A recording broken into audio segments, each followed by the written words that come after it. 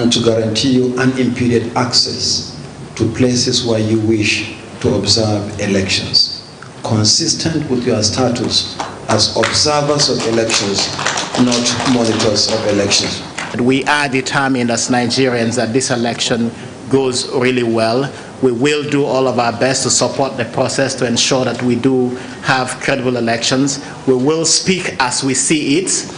We will speak the truth, and we will say to Nigerians that this has gone well or not gone well. But certainly we will keep an eye in terms of all of the stakeholders who are participating in the process. From the part of civil society, we will do what we are required to do, which is what the chairman has said: observe the elections. We will report to INEC and indeed the other stakeholders, including the Inspector General of Police and all of the stakeholders in the elections. We're asking the police, the security services to also work with us to allow observer groups to go around the country as freely as possible. That's the best practice of democracy. Observation of elections is the best form of advertisement for good governance. We're hoping that this election will be a good advertisement for Nigeria, and all of the stakeholders who have a role to play in this regard should know that if this goes wrong as a result of their fault, then they will have done a very bad advertisement for Nigeria. Nobody comes to your country to invest when you cannot conduct free, fair, and credible elections, and all stakeholders have a responsibility to ensure that this election goes really well. State institutions need to know that they work for the state, they work for the country, they do not work for candidates, whether it is opposition. But we are going to have other security agencies in the polling units. It is for that reason we are going to deploy about 24,000 mobile police officers, 4,000 counter-terrorism unit personnel, about 8,000 special protection unit personnel. That is in addition to the multitude that we've deployed to the polling units and the RAC, that is the registration area centers. It's time to take a quick break. Stay tuned for more news when we return. To make good of every promise we make, maintaining operational excellence, an efficient fleet, and team friendliness. Flying demands the best of safety procedures, and that is why we are abreast of global standards delivered by top technicians using some of the most advanced technologies. At Arik Air, we don't just believe in flying, we are passionate about the flying experience. An experience that safely delivers you at each destination, feeling comfort and pleasure. An experience which truly keeps you closer to your dreams. This is our vision. Today, tomorrow, and beyond. Arik Air, Africa's fastest growing airline. Hey, what's up guys? You're welcome to another edition of Plus Event, and I remain your host, Ifeoluwa Oshukeye. Your absence isn't an excuse anymore, as Plus Events is all you need, as we bring you the glitz, the glamour, and loads of fun. Oh, definitely, no question. He's a living legend.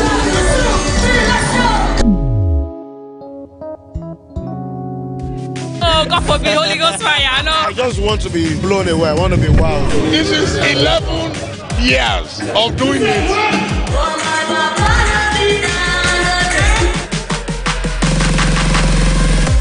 I'm surrounded by so much positivity. No, it's okay. Yo, what's up, my people? It's your boy Starboy Terry. You're watching Plus Event on Plus TV. Stay glued to Plus TV Africa every Saturday and Sunday, 4:30 p.m. West African time.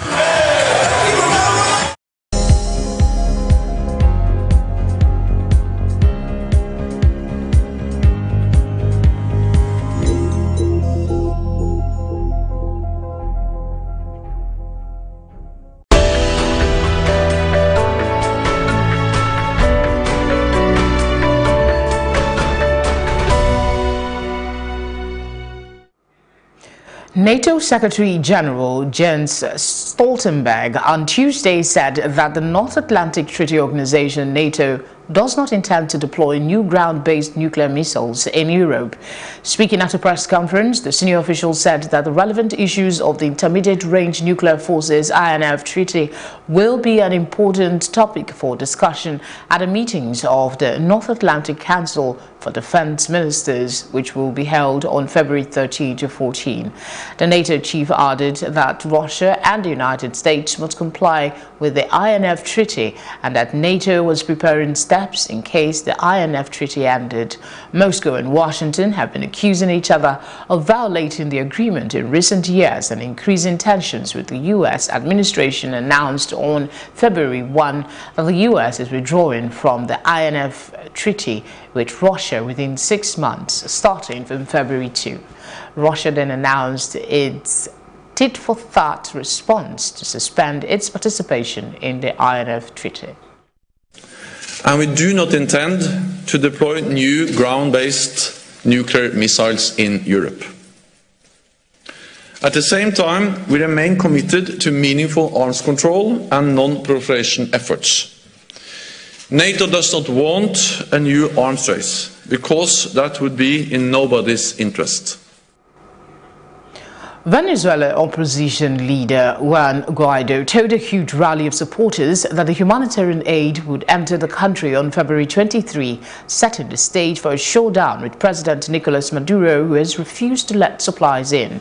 Tens of thousands of Venezuelans had protested in the streets nationwide on Tuesday to demand that Maduro allow aid into the country, where food and medicine shortages are rife. An aid convoy supplied by the United States and Colombia arrived in the Colombian border town of Cucuta last week, where it is being held in a warehouse. A Venezuelan opposition envoy has also said Brazil's government would try to get humanitarian aid to the border. On Monday, Guaido announced the first delivery of humanitarian aid, including vitamin and nutritional supplements for children and pregnant women, to a network of health centers. He did not explain how it had entered the country and said it was a small-scale donation. When Guaido invoked a constitutional provision to assume the presidency 3 weeks ago, arguing that Maduro's re-election last year was a sham. Most Western countries, including the United States, have recognized Guaido as Venezuela's legitimate president, but Maduro retains the backing of Russia and China, as well as control of state institutions, including the military. Up next is our business news.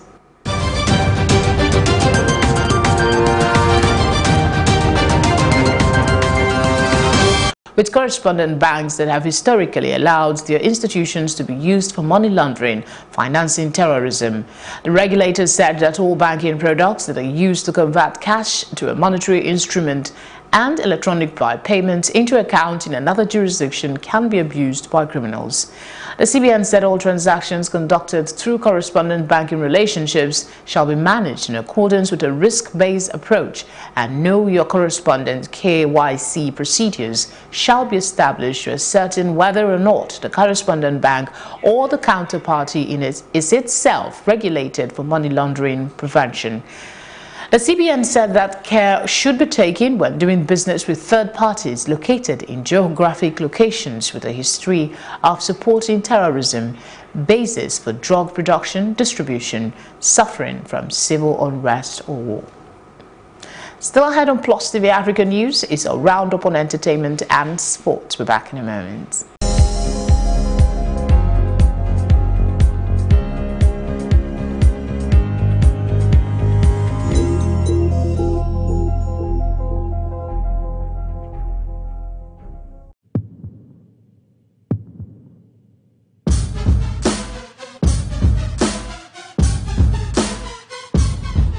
I feel it, we feel it. Can you feel it? The Niger spirit. Do you feel it?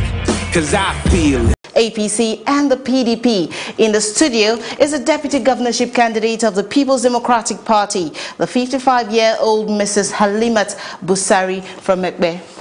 Mrs. Busari, nice to have you on the show. Thank you for having me. Now, you are 55 years. You're a lady who has served, you know, in the corporate world, and now you're getting into politics. A lot of people would think that you're rich and you're fulfilled. Why have you decided to throw your heart into Nigerian politics? Thank you, Mary. Indeed, I've been in the corporate world for over 30 years, you know, and I think I've had a fulfilling and successful career, you know, all praise be to God, you know. But for me, this indeed was a call to service. And I was invited to come and serve as a deputy governor candidate on the platform of the PDP. And when the initiative was, you know, brought to me, I thought about it deep. I prayed about it, and I said to myself that this indeed is an opportunity to serve Lagos State. This, for me, was an opportunity to impact the people of Lagos. This, for me, was an opportunity to do that which I know how to do best, challenging status quo and helping to change things and bring progress. And so it was an opportunity that came, and I thought, I can serve in this capacity and impact positively on the lives of Lagosians. And that was why I took on the opportunity. Oh, transitioning from the corporate world to politics in a country like Nigeria can be very challenging. Well, the question is, how has your transition been, especially in a country like Nigeria where everybody wants to have a go at you? I think that transitioning from past was raising funds, do that which you need to do. Because really the business of government is not to do everything. The business Well, pretty much reminds me what you were trying to say to the residents of Lekki at the town hall meeting 2 weeks ago. Well, your name came up as the running mate for Jimmy Agbaje in November last year. Tell me, did you lobby for your position as the running mate to Jimmy Agbaje? I wasn't even aware that anything was cooking. People that were considered. You have been known to say that your party in Lagos, the PDP, will successfully wrest power from the APC. Do you think that your party has done enough with regards to campaigning to be able to wrest power from the incumbent? What I think we should be focusing on is what is it that we're trying to do? And what we are saying is that we're passionate about Lagos. We respect Lagosians. We have the capability to serve the people of Lagos, and we do want to serve the people of Lagos. Now, when you talk about campaign, for me, what it says to me is, what is your plan? And when you campaign, you must have your own plan. You must have your own strategy that you're working towards. If you're not doing that, then you're running somebody else's program. So the point I'm making is that we have our strategy, we have our plan, and we're deploying it according to what we have estimated. And I think that, answering your question directly, we are campaigning. Our message is strong. Our message is resonating, and we believe that the people of Lagos desire change, and we believe that at the end of the day, we will win this election by God's grace. Mrs. Basari, the question is, it's just a few days to the elections. Do you think, are you convinced, do you think that you've done enough to help your party wrest power from the incumbent APC in Lagos? The elections, like you said, are still a couple of days away. And what I'm saying to you is that we have a plan. We have a strategy which we're rolling out. So effectively, I'm saying to you that we have a plan that covers a period, and for each week, we know what we're supposed to be doing, and we're doing it, and we're measuring. So we're working towards the plan that we have, which will culminate just before the elections, and we're confident that this plan will take us to where we want to be. All right. Your principal, Jimmy Agbaje, has contested for the same seat, the governorship seat, for twice now. This is a third time, and he's actually not been successful for the 2 times that he's tried and then the 3rd time. Why do you think that he would not fail this time? Okay. The ticket that the platform presents now is a more health issues, the stress in Lagos. We can't continue living like this. And so we are saying we can fix Lagos. And our campaign is based on a tripod. It's livability, it's economy, and it's the future. And what are we talking about in livability? We're saying how healthy are Lagosians? The health system. Is it reliable? Do you get to the hospitals, the health centers, and find doctors and medication? It will interest you to know that the ratio of doctors to patients is about 1 to 100,000. We're saying that education, we still have schools in Lagos where children sit on the floor. What kind of learning do they want to do? How do you teach children who are sitting on the floor? Schools in Lagos in 2019 where students still sit on the floor. What are you teaching them? What's the curriculum? Are you preparing children for the 21st century? Are you making them globally competitive from when they're in primary school? Do they have access to internet? These are the questions we're asking in the public schools. Their teachers, their infrastructure. And what we're saying is that we have a solution to all of that. And you know what? We're saying that schools, education is going to drive the economy in Lagos. So we're saying we're going to run an education economy. And what does this mean? So you have a school in a community. First, we're going to look into the local governments. The local governments must be up and running because they are the ones who understand the communities. So you have a school in a community.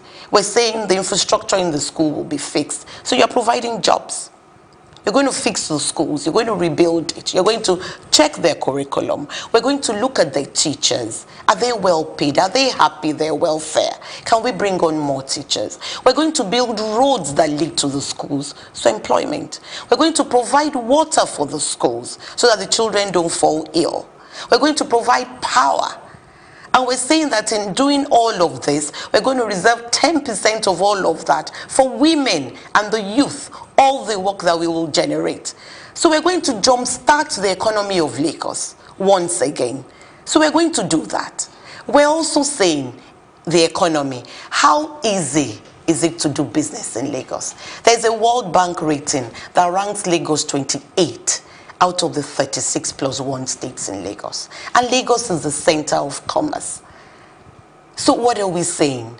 We're going to make sure that it is easy for people to run businesses in Lagos. We're going to make sure that we provide an environment where we can attract capital. That is something I know how to do very well. So if you create an enabling environment, capital will come into Lagos. And when capital comes into Lagos, it will boost the economy. Like I said to you, it's not the business of government to do everything. The business of government is to create an enabling environment for businesses to thrive. We're talking about the future, infrastructure. What are we providing? Our youth, what are they doing? We don't have an alternative mode of transport. It's just the roads. We put how many cars on the roads every day? And that's why all the roads are blocked. We're saying we would look at alternative system of transportation. We have water. Bring in big ferries that will move people from one point to the other. So those are the kind of things we intend to do in Lagos. And trust me, these things are things that will change people's lives and impact how people live in Lagos. Well, a lot said about education, power, and infrastructure. But away from education and power, what else is your party delivering with regards to manifesto? Health. Health is big for us. Because it is only when you have a healthy set of people that you can have a wealthy nation. They say health is wealth. I mean, it's like when you're ill, then you're not productive. So health, and again, it goes back to the local governments. Our starting point for us is the primary health care. Because you know what, 75% of the ailments in Lagos is can be treated at the primary healthcare level. It's malaria, it's, you know, and the other 25% are the really complex things that you need specialized hospitals for. So we're saying attack the primary healthcare first. Make sure that you have in every community a primary healthcare system that works, that people walk into and they can actually get the services required. And one other thing that we're looking at is to bring in the health insurance scheme, because we believe that if that works and it works properly, then the doctors also know that they have an obligation to the patients that they're going to be seeing. So there is health, there is education, security. We're big on security because it is again when people are secure that they can express themselves. So we would hold meetings with the stakeholders. We would look at the authorities. We're going to ask Mrs. Busari a lot of questions, but that has to be right after this break.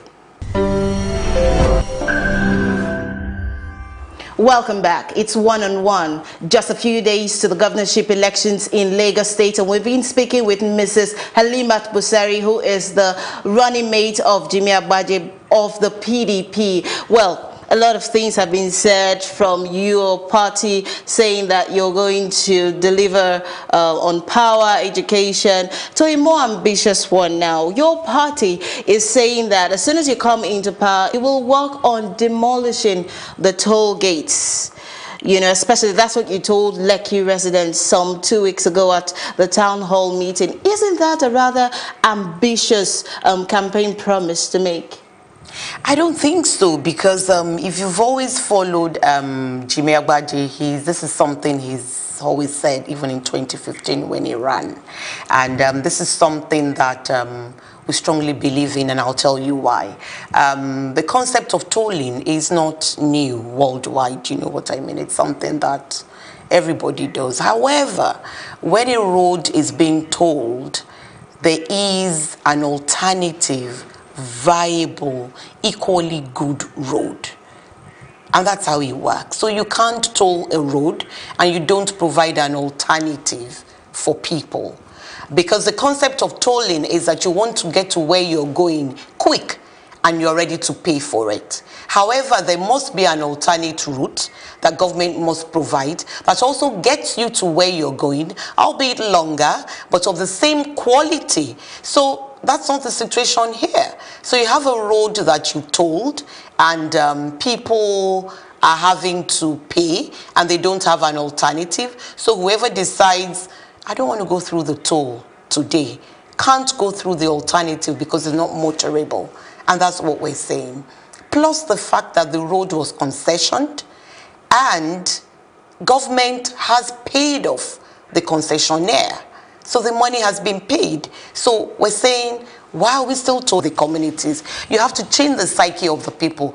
You have to change how people dispose of waste. We're also thinking of bringing back the health workers of old, the sanitation workers who helped to keep Lagos clean in that era when we did.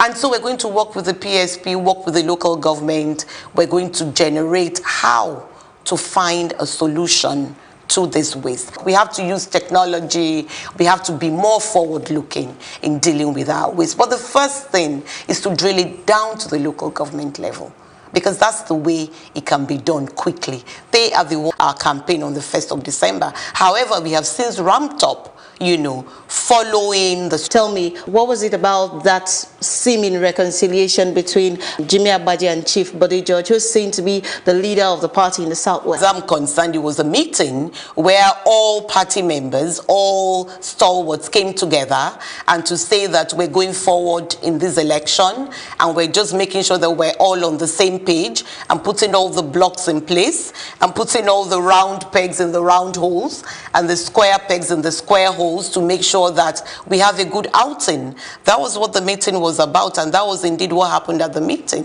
Thank you very much, Mrs. Busari, for coming.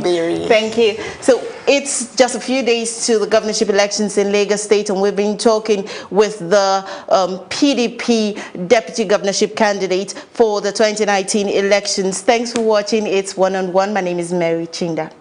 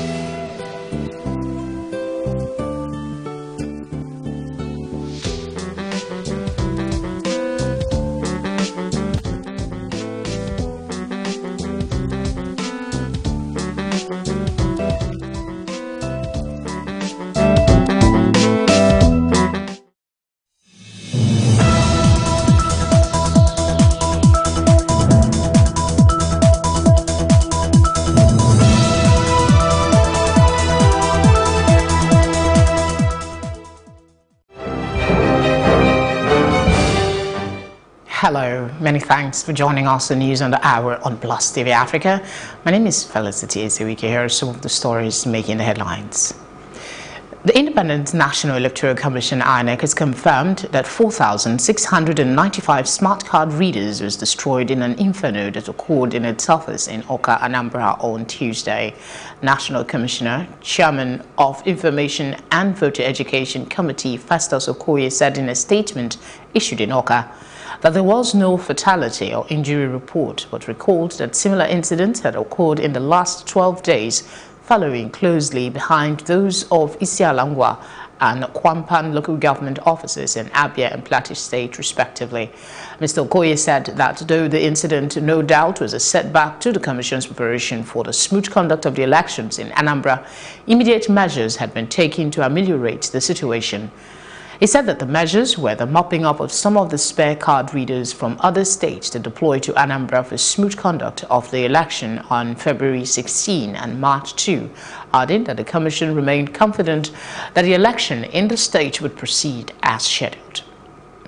The Tafawa Balewa Square TBS was awash with supporters of the People's Democratic Party (PDP) as Lagos received the party's presidential candidate. The capacity of this stadium is such that I can tell you that those that held their rally on Saturday a few days ago did not command a quarter of this crowd. APC is talking absolute rubbish and nonsense. Lagos has since 2015 shifted base to PDP. I do not see an APC government in Lagos in 2019. I don't see it. Mary Chinda for Plus TV Africa. President Muhammadu Buhari has expressed sadness over the decision of the Supreme Court to bar the All Progressive Congress in Rivers State from participating in all elections except the presidential poll. Buhari expressed his view during the APC mega rally in Rivers State on Tuesday. They can try to steal from us and award positions without contestation to the PDP. In Zamfara State, we are fighting to have our right of our people to choose who they want. And here in Rivers State, that right seems to have been taken away. But our rights could be frozen. It cannot be detained forever. Fundamental thing is that Nigeria is one and will remain one, and we will do justice to all and sundry. This is our duty. I assure you that I will not preside over a government that will cheat and abuse the trust of Nigerians. I will be accountable to God and to you for my performance as the president of this country.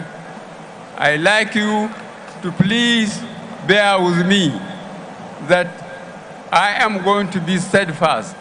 I am going to see that you are respected. Your vote, you have one vote, I have one vote as the president of this country. What I will do, I will make sure through the armed forces and law enforcement agencies that Nigerians are respected. They are allowed to vote those they like across the parties in whatever constituency. So please have faith that I am going to be fair to all, and I will not allow anybody or any institution to intimidate any constituency in this country. I thank you very much, and I respect your loyalty. Not long before that rally, the Supreme Court had struck out an appeal filed by the APC challenging the judgment of a high court in Rivers State, which barred the party from conducting any primaries in the state to nominate candidates to represent the party in the forthcoming election. Ruling on a preliminary objection raised by the respondents, Ibrahim Umar and 22 other aggrieved members of the APC, Justice Aliyu Sanusi in a lead judgment said there was substance in the objection raised by the respondent, and consequently the preliminary objection have been upheld. The appeal is struck out. In a unanimous decision, the court agreed with the respondents that the suit from which the trial court entered a judgment barring the APC from holding primaries was an election matter which the court had jurisdiction to entertain. Justice Sanusi stated that reasons for striking out the appeal would be given on a date to be announced to parties. We will stay on fluid developments and bring you as they unfold. The federal government has alleged that the People's Democratic Party, the PDP, is plotting to orchestrate a crisis and trigger a sense of panic among the populace. In a statement issued in Abuja on Tuesday, the Minister of Information and Culture, Lai Mohammed, said the plot confirms the alarm raised by the federal government on January 21st and February 3rd, 2019, that the PDP is planning to scuttle the election and where that fails, discredit it. He said in the days ahead, the PDP's last joker is a 2-hour live press conference to be addressed by the PDP Publicity Secretary Kola Olugbodiyan on February 14, the last day of electioneering campaign, to chronicle all their concocted allegations and lies against the ruling government, cast aspersion on government and ruling party officials, and throw innuendos here and there. We're therefore calling on all Nigerians and the international community to disregard any attempt to scuttle or discredit the polls. We urge observers to keep an open mind. There is no cause for alarm except in the rapt imagination of the PDP, which has entered the panic mode and is already ruining the loss of another general election even before it has been held, he said. The People's Democratic Party, the PDP, has asked the International Criminal Court, ICC, to immediately list the Director General of the Buhari Campaign Organization and Minister of Transport, Rotimi Amechi, for inciting violence with war songs at the All Progressive Congress presidential campaign rally in Port Harcourt, Rivers State, on Tuesday. PDP spokesman Kola Olugbodiyan noted that the threat of violence by Rotimi Amechi, which came few days after President Muhammadu Buhari called on his supporters to get ready to fight, as well as the alleged body bag threat by Governor Nasser El-Rufai of Kaduna State, have all exposed APC's plot against peaceful elections in Nigeria. It is completely reprehensible that Amechi, who had the privilege of governing Rivers State for 8 years, will resort to importation of thugs into the state and inciting violence just because the people have rejected President Buhari and his party has no candidate in the state for the general elections. The PDP spokesman asked Nigerians to hold Amechi and APC responsible should there be any breakdown of law and order in Rivers State or any other part of the country before, during and after the elections. Still on the elections, the Independent National Electoral Commission (INEC) has tasked election observers to adhere strictly to laid down election observation guidelines. Chairman of INEC, Professor Mabuja Kubu, while addressing a cross-session of election local and international observers in Abuja, urged them to keep strictly to the terms of their mission in order to achieve their aims and objectives. This contains the guidelines for election observation. The roles and responsibilities of the Commission, the roles and responsibilities of observers, and we want to emphasize that you are observers, you are not monitors of the election. It is very important that having accepted to serve as our guests, particularly the international observers, for us to give you guarantees, one of security, the other one of unimpeded access to function as observers on election day. I wish to assure both international and domestic observers that the Commission has liaised with the Inspector General of Police and the other security agencies for your protection and to guarantee you unimpeded access to places where you wish to observe elections, consistent with your status as observers of elections, not monitors of elections. We are determined as Nigerians that this election goes really well. We will do all of our best to support the process to ensure that we do have credible elections. We will speak as we see it. We will speak the truth, and we will say to Nigerians that this has gone well or not gone well. But certainly we will keep an eye in terms of all of the stakeholders who are participating in the process. From the part of civil society, we will do what we are required to do, which is what the chairman has said. observe the elections. We will report to INEC and indeed the other stakeholders, including the Inspector General of Police and all of the stakeholders in the elections. We're asking the police, the security services, to also work with us to allow observer groups to go around the country as freely as possible. That's the best practice of democracy. Observation of elections is the best form of advertisement for good governance. We're hoping that this election will be a good advertisement for Nigeria, and all of the stakeholders who have a role to play in this regard should know that if this goes wrong as a result of their fault, then they will have done a very bad advertisement for Nigeria.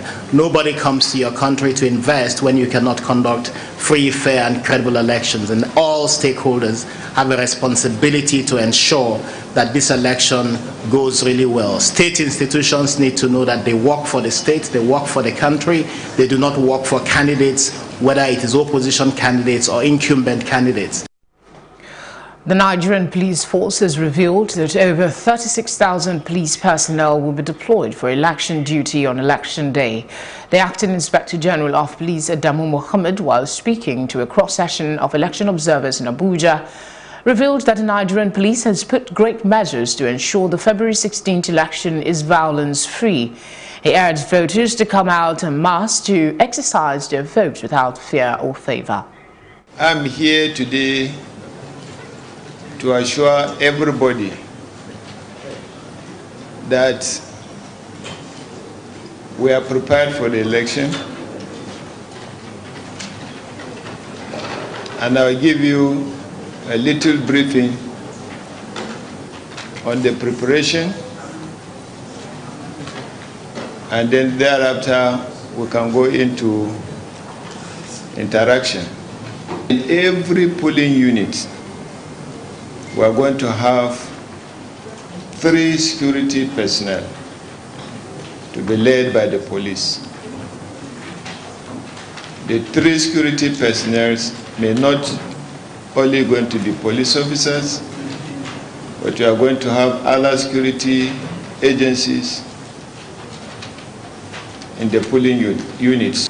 It is for that reason we are going to deploy about 24,000 mobile police officers, 4,000 counter-terrorism unit personnel, about 8,000 special protection unit personnel. That is in addition to the multitude that we've deployed to the polling units and the RAC, that is the registration area centers. It's time to take a quick break. Stay tuned for more news when we return.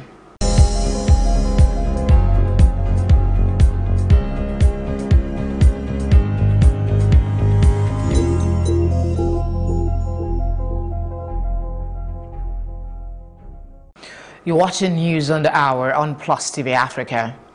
Hundreds of demonstrators are gathering in different Sudanese cities protesting against President Umar al-Bashir. Tuesday's demonstrations were called by the Sudanese Professionals Association, an umbrella of independent professional unions. Video footage shows demonstrators gathering at intersections, chanting "Just Fall" and calling for a people's revolution. The current wave of protest began on December 19, initially over surging prices and a failing economy, but quickly shifted to calls for an end to al-Bashir's 3-decade rule. Activists say at least 57 people have been killed in the protest. The government's latest tally stands at 30 killed, but figures have not been updated in days. The news continues after the short break.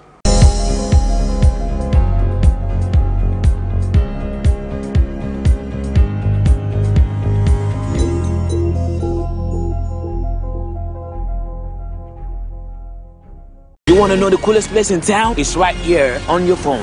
Welcome to the Glow Cafe. Come on in. It's buzzing in the Zanga. In here, anything is possible. Check out the menu, and here are some of the hot items. Over here, you can buy credit, buy data, share data, borrow voice and data, give data. I'm a Wobe. Give it to him now. Be kind. And then there is Glow Music Cafe. More than 2 million Nigerian and Africa land back. Glow has teamed up with the world's largest gaming catalog to bring you the Glow Game Cafe. And that's just a start. Check out the Glow Video Cafe. Countless clips, comedy and sports, direct to your device. And when you thought things couldn't get easier, there's personal account management and Glow customer care right at your fingertips. You can get everything at Glow. Simply text BUZZ to 105 to download the Glow Cafe app or go to your app store and search for Glow Cafe. The largest data network. Glow, grandmasters of data. Hey, what's up guys? You're welcome to another edition of Plus Event, and I remain your host, Ifeoluwa Oshukeye. Your absence isn't an excuse anymore, as Plus Events is all you need as we bring you the glitz, the glamour, and loads of fun. Oh, definitely. No question. He's a living legend.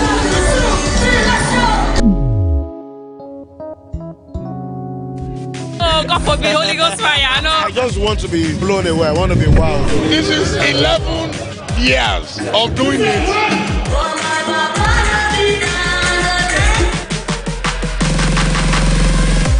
I'm surrounded by so much positivity. No, it's okay. Yo, what's up, my people? It's your boy Starboy Terry. You're watching Plus Event on Plus TV. Stay glued to Plus TV Africa every Saturday and Sunday, 4:30 p.m. West African time.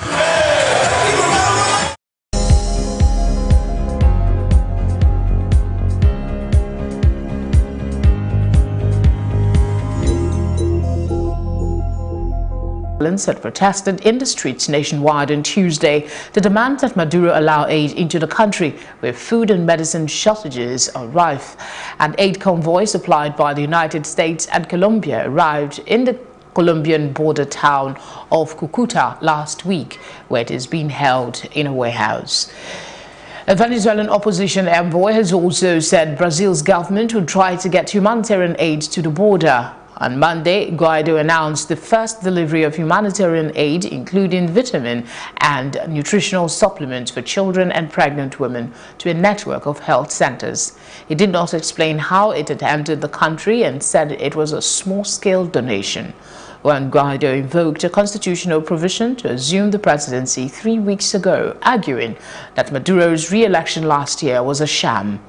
Most Western countries, including the United States, have recognized Guaido as Venezuela's legitimate president, but Maduro retains the backing of Russia and China, as well as control of state institutions, including the military. Up next is our business news.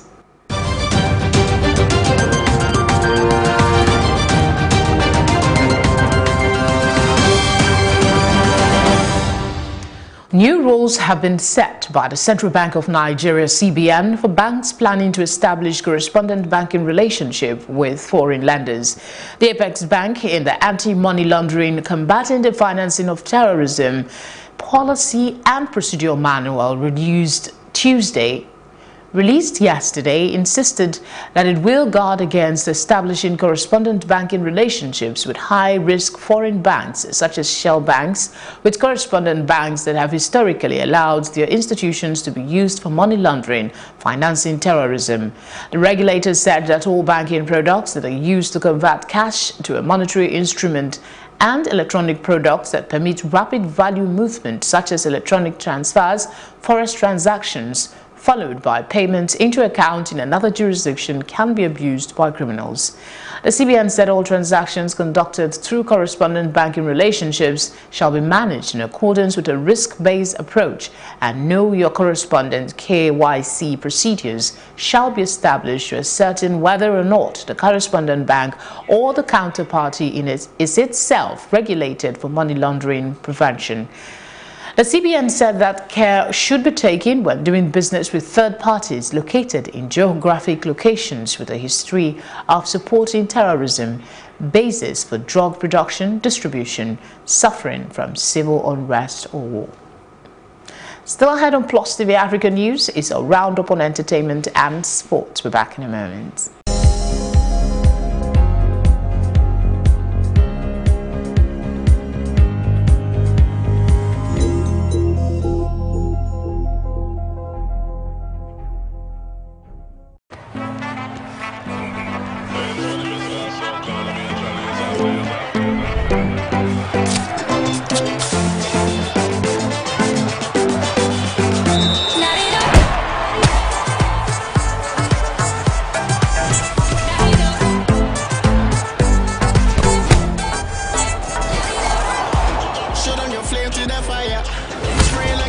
wanna fly ya. They wanna tame your desire, but you light it up, now your aim getting higher. I want to see you. I know say I'm bound to be next like my neighbor.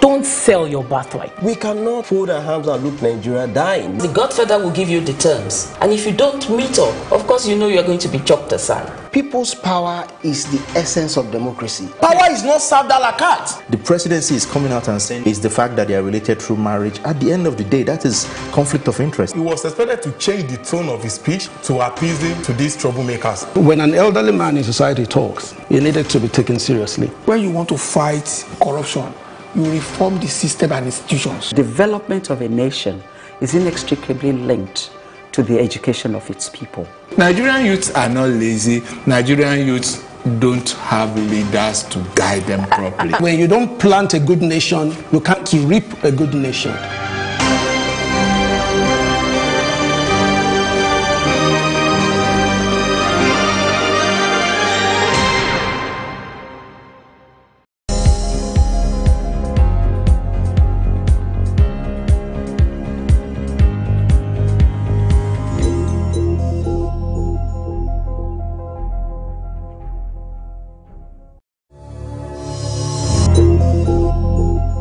And in entertainment, rapper 21 Savage, who has been in custody in Georgia for 9 days on immigration charges, was granted bail and will be released from custody. The rapper was granted an expedited hearing after speaking with ICE officials to clarify his legal standing and bond eligibility.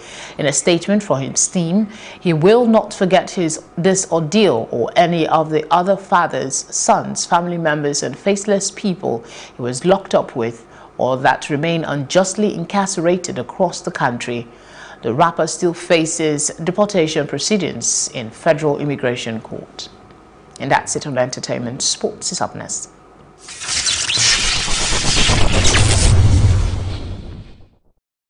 Manchester United lost to Paris Saint-Germain by 2-0 with second-half goals from Presnel Kimpembe and Kylian Mbappe, placing the French champions on a firm footing for a quarter-final spot. Muscle injuries to Issa Lingard and Anthony Martial meant United struggled offensively all night, having a single shot on target. Both forwards were withdrawn at halftime and will be assessed by the medical team in coming days. The defeat was Ole Gunnar Solskjaer's first in 12 games in charge. Meanwhile, former Manchester United player Angel Di Maria was booed at every touch of ease by the home fans and had a beer bottle and a bottle full of water thrown at him in the second half. He responded by grabbing 2 assists in an impressive showing. And that's it on Sports Updates. I'm Samson Oloyede. Thank you, Samson. And that's our news roundup of events at this hour. For more news updates, please follow us at Plus TV Africa on Facebook, Twitter and Instagram. You can also subscribe to our YouTube channel. That is also at Plus TV Africa. We'll be back later with more stories making headlines. Do please join us again. Thank you for watching.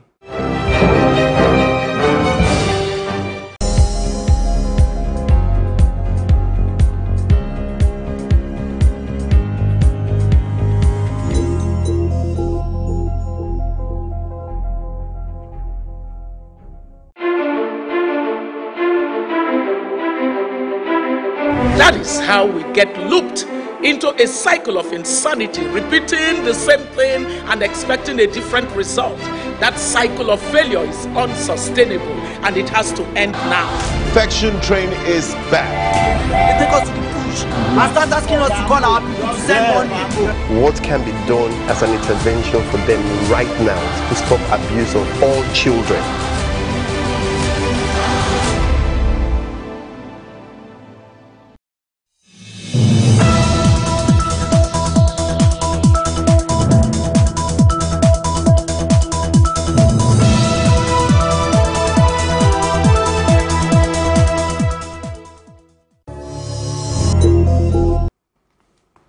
Hi everyone, welcome to the morning edition of Tea Time, where we bring you the best in the world of entertainment. On this episode, we have an interview with an interesting personality, and we'll be telling you who that is soon enough. I'm Tokunbo Taiwo, and I'm here with the regulars, Elsie Godwin and Ife Oshunkeye. Hi guys. Good morning. What's going on today? Is it all black, or, I mean, I don't understand why we're all dressed in black. I don't know. You know, was that a coincidence? You know, you guys like to copy my style, so. Or you like to copy exactly. Oh, thank you very much. Actually, I know. Well, he's even dusting dust off his shoulder. Seriously. I don't have dust. Thank you. Exactly. I just sleep on the floor. Oh. Well, what's new? Yes, what's new? You tell us today. She always tells us every day. Ife, what are you talking about? I had fun.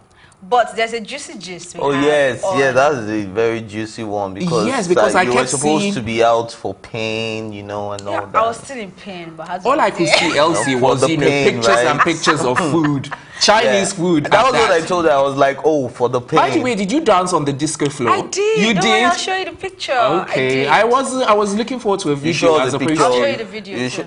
Right. Okay. Better. Let's say you show us a picture of you So we have a juicy gist on Bolanle, you know, but we are not sharing yet until we hear from his camp. Sorry, we don't have any accusation. So there is an accusation, an allegation, and it's a rumor. So we want you to debunk. I know he's your friend, but you need to calm down. So when we reach out to him and whatever he says, then we share. If he's working on getting him on the show, so hopefully whenever he comes on the show, I'm acknowledging. You know, else is giving them a tip. I'm letting her know that we got your message and we work on it. All right. Okay. Well, I was going to bring up what Alibaba shared on Sheila's marital crisis. Oh, okay. I don't know if you guys saw that. No, tell us. So he shared the picture and it was like, okay, he found it too expensive. Sheila went too far. But it's funny how he got the buzz on social media. But this is a guy that started his career all by himself and he's been selling out shows. And instead, his industry colleagues will not share posters or flyers of your events, or they won't even show up or show you any support. Right. But the funny thing, you start having marital crisis and everybody starts reaching out to you, starts sharing the post and starts doing that. So why do we do that? Why can't we support each other? But once it's bad, everybody wants to get involved. If forever they advocate, thank you very much for advocating this morning. Who else has a career that did not start it alone? Seriously. Did you start your own with a group of people? Let's not have that argument because it's time to dissect that article. Thank you very much.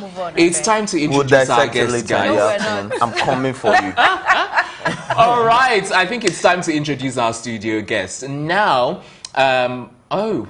I forgot to mention, it's World Radio Day, isn't it? Yes, World Radio Day. Okay, so we have someone in radio that we're going to be talking to. He's a wedding MC, actor, compere, and on-air personality.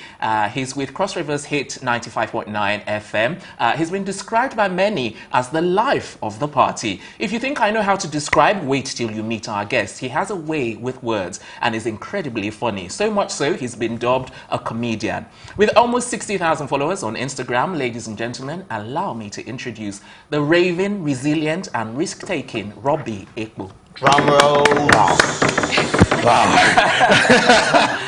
Welcome to the show.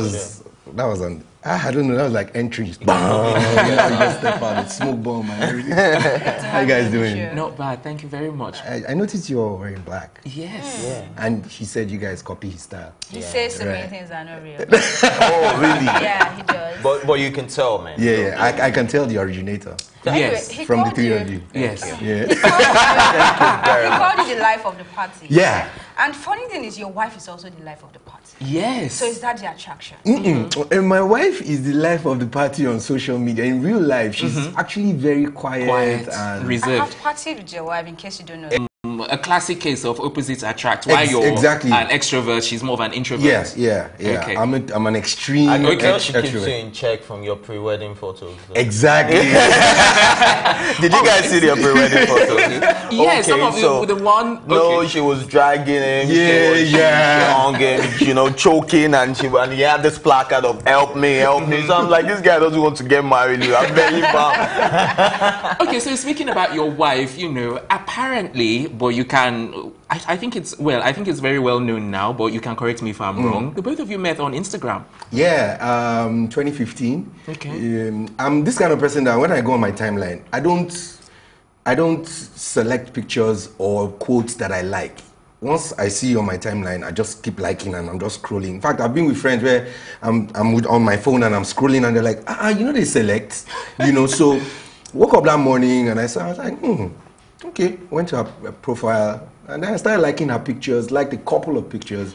Don't say a couple, you like 7 so many. Exactly. I was like, seriously. That one is not just scrolling was she the only one on your timeline? No, but you know how we do this thing now. When you're scrolling, when you see an attractive lady, you go into her page and then you like pictures. Now you're talking. Okay. On your timeline. So I like pictures. No, but seriously, do you not think 70s? Please, can I have your number? And I sent her my number. So sometimes it's a 50-50 thing. You might be. You not send out your number. You sent out all your details. Why are you plus casting me like Snapchat. That's what we do right here. We spill tea. Yeah, exactly. Stop saying it small. Say it well. So it's a 50-50 thing. Okay. Some people are lucky, some are not. Okay. There's this program I watch on TV, Catfish, and sometimes people steal people's pictures to get to know somebody, and by the time you find out, you're already falling in love with the person or you're already dating the person in quote. So I think it's if you feel it will work for you, fine. If you feel it won't, I never believed that I would have anything to do with anybody online, let alone meet my wife online. All right, before we ask you our next question, we'll go on a quick break. Yes, time for a break. When we return, we'll be bringing you more from Robbie Ekpo. We'll be right back. Hey guys, Abayomi Alvin here, Nollywood actor. You keep on watching Tea Time on Plus TV Africa. And you know what's up? Big stories live here.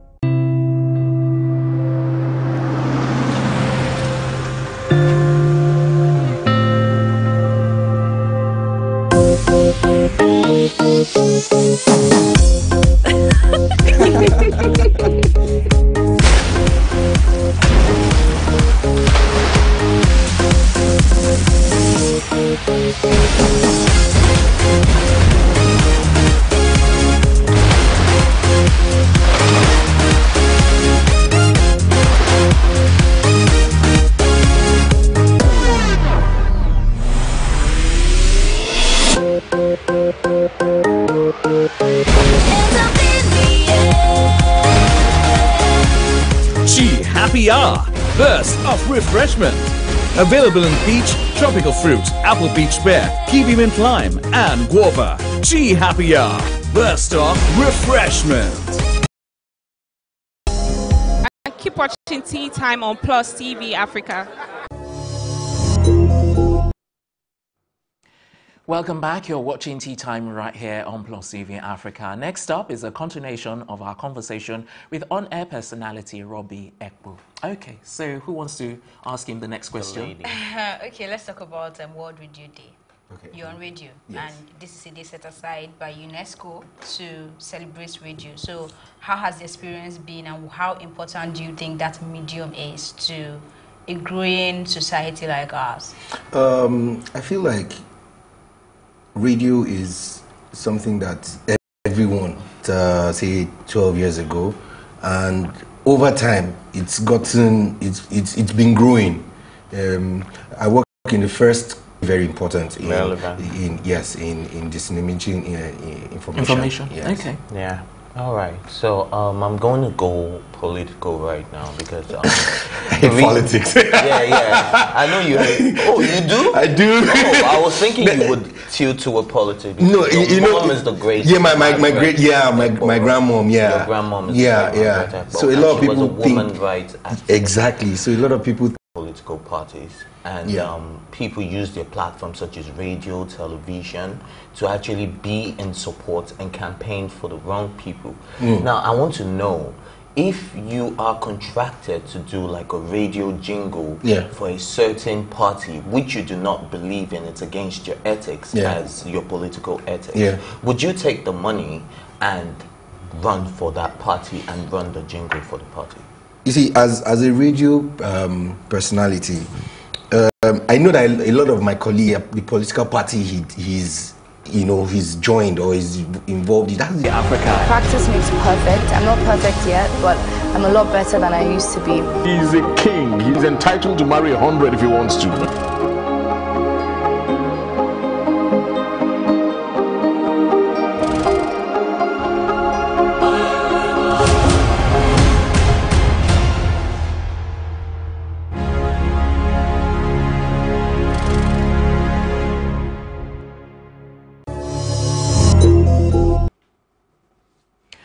Welcome back. It's still tea time right here on Plus TV Africa, and we're swiftly moving on in our conversation with Life of Any Party, Compare Extraordinaire Robbie Ekpo. Okay, so before the break we were talking politics, and I still want to continue in that line of direction, because earlier on when we asked you, it was like there was an you were saying you were not really you don't like politics, Let's start by asking, are you going to vote on the 16th? I would have loved to vote, but I have to start traveling back to Calabar. I have my PVC anyways. Okay. Another Calabar. Yeah, exactly. So, but from us having this conversation, I sort of noticed that you actually have an aversion to politics. And this aversion, I have a feeling, is also as a result of so many things that you don't appreciate is happening in politics. So can you shed more light on that? What are the things that you really don't like? Because I know you mentioned something about having to travel all the way and things like that. But let's talk about the political climate in Nigeria generally. In as much as you don't like politics, what are some of the things that really annoy, anger, and upset you? The main one is the fact that while growing up, we heard that we are the leaders of tomorrow. And we are still not the leaders of tomorrow. And people who have governed us even before I was born, or maybe when I was born, are still canvassing to be. They are still representing the leaders exactly. of tomorrow. like I know of someone who was a governor for 8 years, and then went to Senate for another 8 years, and is now coming back to be governor for 8 years. I mean, that's the problem I have. That's the only problem. Don't you think his own mother told him he would be the leader? I mean, take a look at the US now. We know that you do 8 years and then you go away. You don't see them trying to come back to be in the Senate or come back to be. So it all boils down to corruption. Everybody knows what they're getting from being in the Senate or from being a governor. Do you think it's all about corruption, though, at the end of the day? Sometimes politics is like about power, exactly. Power. So you picked it out of my head. It's about power. I have a follow-up question to that, because you mentioned, I think you would have mentioned more, like, do you have more things that anger you about the system? I just feel like if we allow, like I said earlier, if we allow people that we know that are credible, you don't know if somebody is credible enough until you give him an opportunity. If we allow those kind of things happen, I think we are now allowing ourselves to. Nigerians are becoming very enlightened, because if it was before, we know there would have not been this buzz on election. I mean, there are a lot of new people coming out, and people are like, "Oh, this guy, why no?" But the only problem I have is the fact that they say, "This guy, he should have been in this party, then he would have made more impact." But I just feel like they should allow people who we feel are credible. You give you an opportunity, you mess up after 4 years, you're out. I mean, it's not a must that you must do 8 years. Okay, so it's not a must that you've mentioned corruption, you've mentioned the issue of people wanting power, and then you've also mentioned what was the credibility. The credibility. Now, as a public figure, as a person who has that platform, thousands of people listen to you on a daily, what are you doing about it? Like, everything I say here, or everything I've said here, is the same thing I try to subtly say it on radio, because you don't want to sound like you are an antagonist. or you want to sound like you're against the government, you know, you try as much as possible to use your platform to educate people and make them see that, okay, like you said, power belongs to the people. If we can do this in a free and fair what's the word now? Environment. Yeah. You know, people go and we vote for who we think we should vote for. With the whole buzz around this election, I think that by the time we finish these elections, the people's choices would actually be the ones that are actually in power. If we want to be credible and truthful with ourselves. But like I said, Nigeria would always find a way to. Do you think 2015 general election was free and fair? Yes, I think so. Nigerians didn't want our president at the time to continue, and they voted him out. Said, okay, you know what? We need somebody new. Let's give this guy. He's been trying since 1999, and they gave him an opportunity. And 4 years after, you haven't done anything.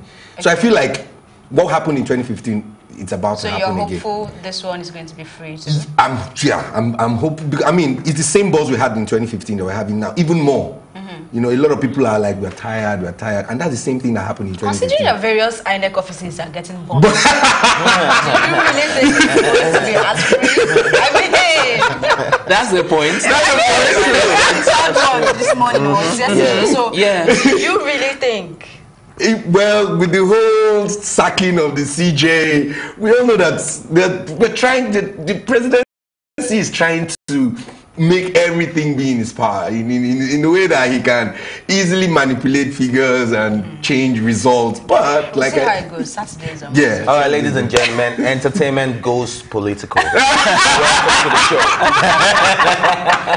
Okay, so let's divert from politics. I think we should go back to radio. Let's not forget it's World Radio Day. So let me go back to radio. So you were an on-air personality in Cross River, and now you're in Lagos. You know, so I just wanted to get like some kind of comparison. You know, radio in Cross River and radio in Lagos. You must have listened to a few radio stations here. Yeah. You know, so what's your take on how it's done in Calabar? And how it's done I still work in Calabar. Okay. You know, I go to Calabar, which is why I'm trying to get a job in Lagos.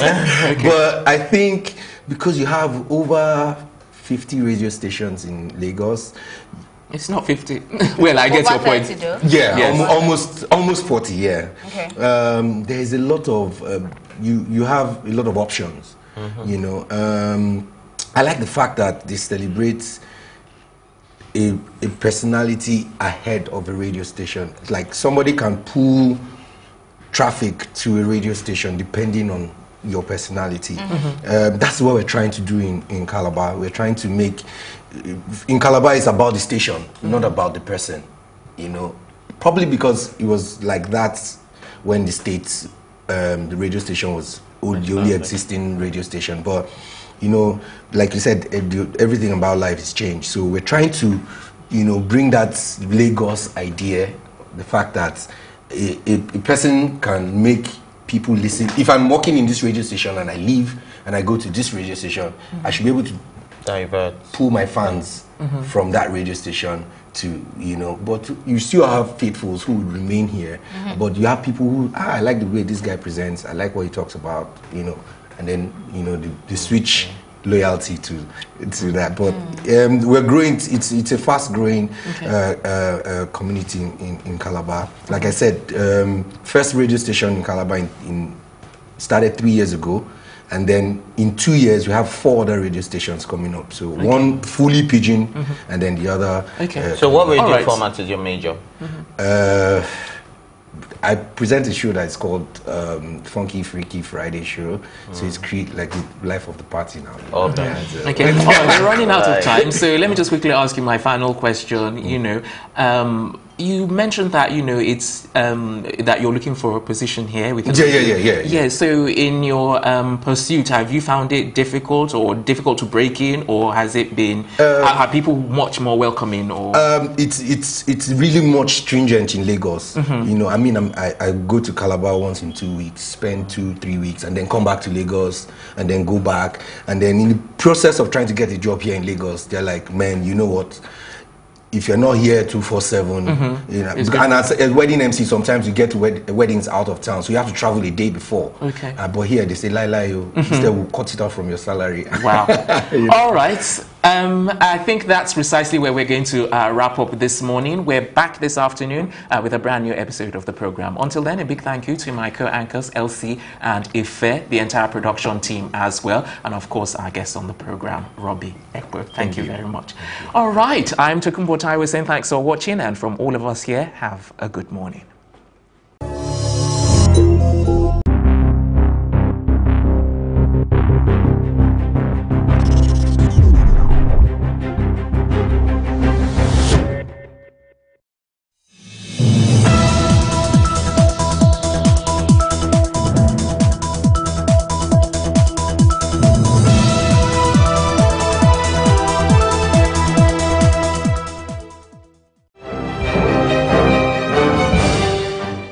Hello, many thanks for joining us on News on the Hour on Plus TV Africa.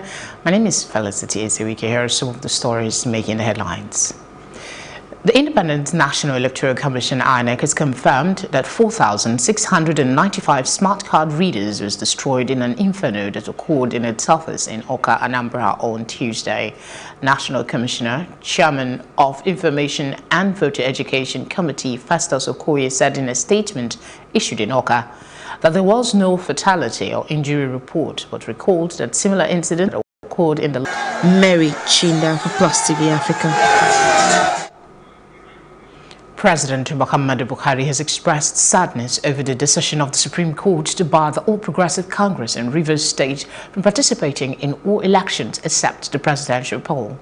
Buhari expressed his view during the APC mega rally in Rivers State on Tuesday. They can try to steal from us, but justice denied, justice delayed is not justice that has been rightly done. Mr. President, justice will be done. Your people here will go to vote on Saturday. No matter what the consequences, no matter what has been done, they will stand and they will deliver. Be certain that Rivers APC is won. Rivers APC is won. The army tried to arrest me as a sitting governor. As a sitting governor. You have a governor who is busy lobbying us, trying to negotiate with us. Let us give you presidency. You give me governor. The support we want is that the president should just thank us when we finish. We are ready for them. You know, they use federal and state institutions against us.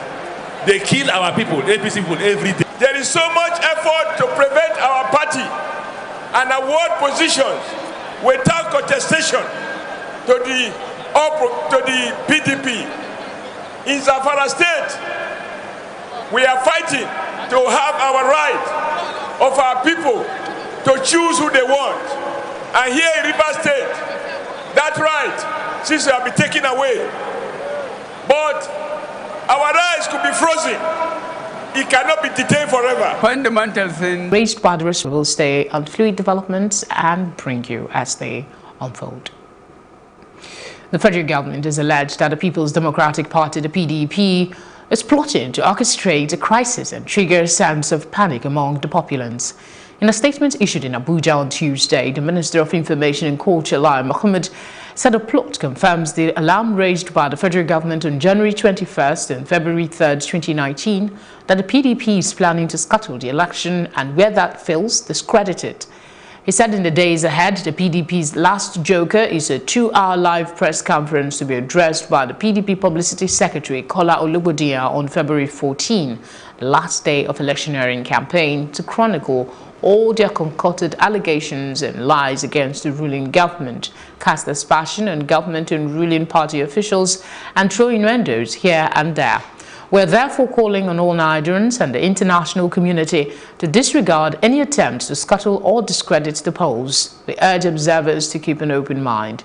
There is no cause for alarm except in the rapt imagination of the PDP, which has entered the panic mode and is already ruining the loss of another general election even before it has been held, he said. The People's Democratic Party, the PDP, has asked the International Criminal Court, ICC, to immediately... You are observers. You are not monitors of the election. It is very important that having accepted to serve as our guests, particularly the international observers, for us to give you guarantees, one of security, the other one of unimpeded access to function as observers on election day. I wish to assure both international and domestic observers that the Commission has liaised with the Inspector General of Police and the other security agencies for your protection and to guarantee you unimpeded access to places where you wish to observe elections, consistent with your status as observers of elections, not monitors of elections. We are determined as Nigerians that this election of democracy, observation of elections is the best form of advertisement for good governance. We're hoping that this election will be a good advertisement for Nigeria. Vote without fear or favor. I'm here today to assure everybody that we are prepared for the election, and I'll give you a little briefing on the preparation, and then thereafter we can go into interaction. In every polling unit, we are going to have 3 security personnel to be led by the police. The 3 security personnel may not only going to be police officers, but we are going to have other security agencies in the polling units. It is for that reason we are going to deploy about 24,000 mobile police. After the short break.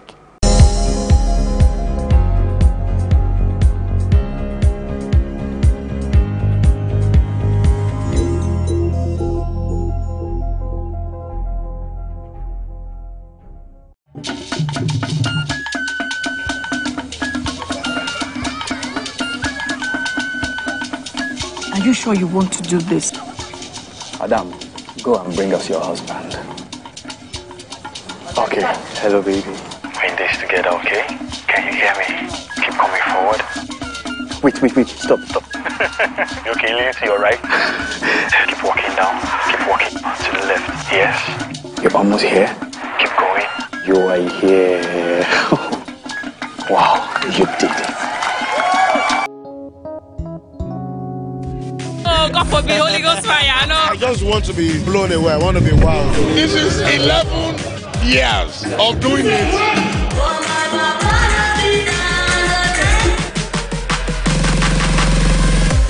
I'm surrounded by so much positivity. No, it's okay. Yo, what's up, my people? It's your boy Starboy Terry. You're watching Plus Event on Plus TV. Stay glued to Plus TV Africa every Saturday and Sunday, 4:30 p.m. West African time.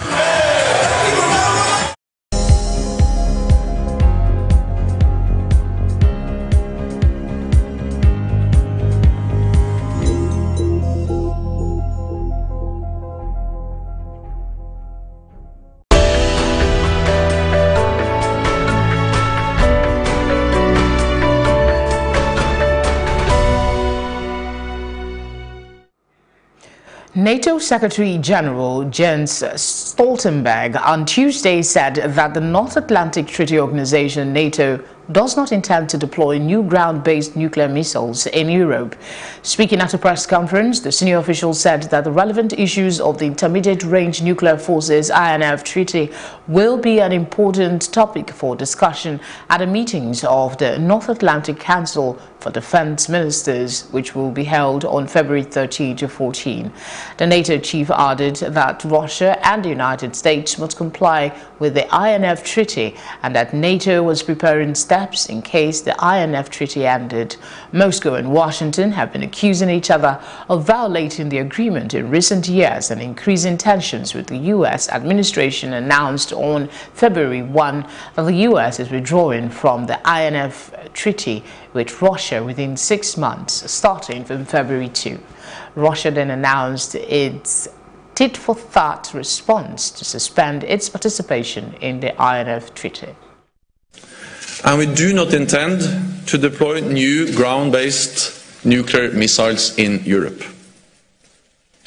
At the same time, we remain committed to meaningful arms control and non-proliferation efforts. NATO does not want a new arms race, because that would be in nobody's interest. Venezuela opposition leader Juan Guaido told a huge rally of supporters that the humanitarian aid would enter the country on February 23, setting the stage for a showdown with President Nicolas Maduro, who has refused to let supplies in. Tens of thousands of Venezuelans had protested in the streets nationwide on Tuesday to demand that Maduro allow aid into the country, where food and medicine shortages are rife. An aid convoy supplied by the United States and Colombia arrived in the Colombian border town of Cucuta last week, where it is being held in a warehouse. A Venezuelan opposition envoy has also said Brazil's government would try to get humanitarian aid to the border. On Monday, Guaido announced the first delivery of humanitarian aid, including vitamin and nutritional supplements for children and pregnant women, to a network of health centers. He did not explain how it had entered the country and said it was a small-scale donation. When Guaido invoked a constitutional provision to assume the presidency 3 weeks ago, arguing that Maduro's re-election last year was a sham.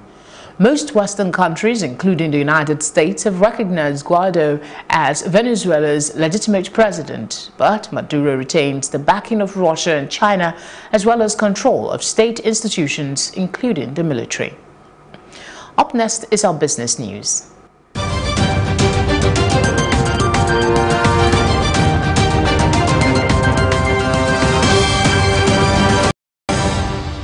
New rules have been set by the Central Bank of Nigeria, CBN, for banks planning to establish correspondent banking relationship with foreign lenders. The Apex Bank, in the Anti-Money Laundering, Combating the Financing of Terrorism Policy and Procedure Manual, released yesterday, insisted that it will guard against establishing correspondent banking relationships with high-risk foreign banks, such as shell banks, with correspondent banks that have historically allowed their institutions to be used for money laundering, financing terrorism. The regulator said that all banking products are used to convert cash to a monetary instrument, and electronic products that permit value movement, such as electronic transfers, forex transactions, followed by payments into account in another jurisdiction, can be abused by criminals. The CBN said all transactions conducted through correspondent banking relationships shall be managed in accordance with a risk-based approach, and know your correspondent KYC procedures shall be established to ascertain whether or not the correspondent bank or the counterparty in it is itself regulated for money laundering prevention. The CBN said that care should be taken when doing business with third parties located in geographic locations with a history of supporting terrorism, bases for drug production, distribution, suffering from civil unrest or war. Still ahead on Plus TV Africa News is a roundup on entertainment and sports. We're back in a moment.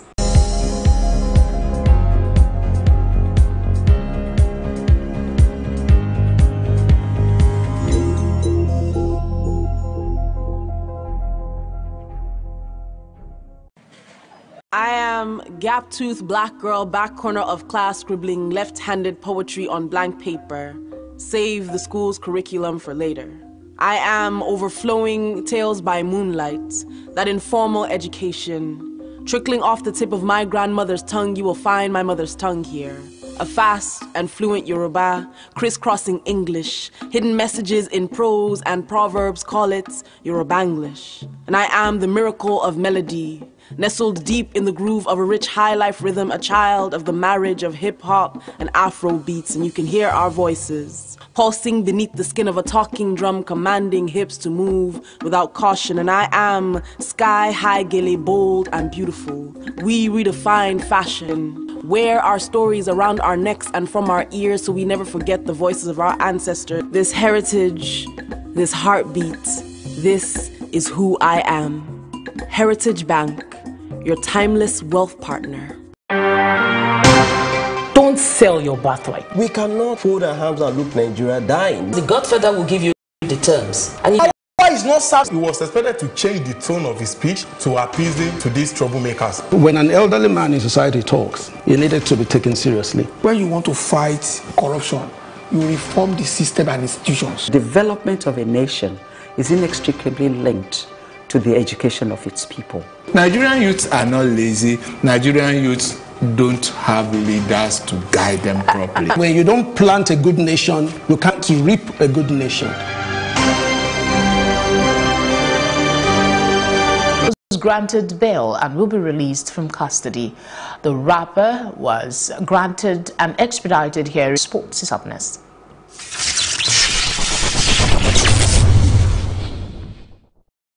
Manchester United lost to Paris Saint-Germain by 2-0 with second-half goals from personnel Kimpembe. 3.5 to 16, but I was kind of overweight, so I stopped dancing ballet.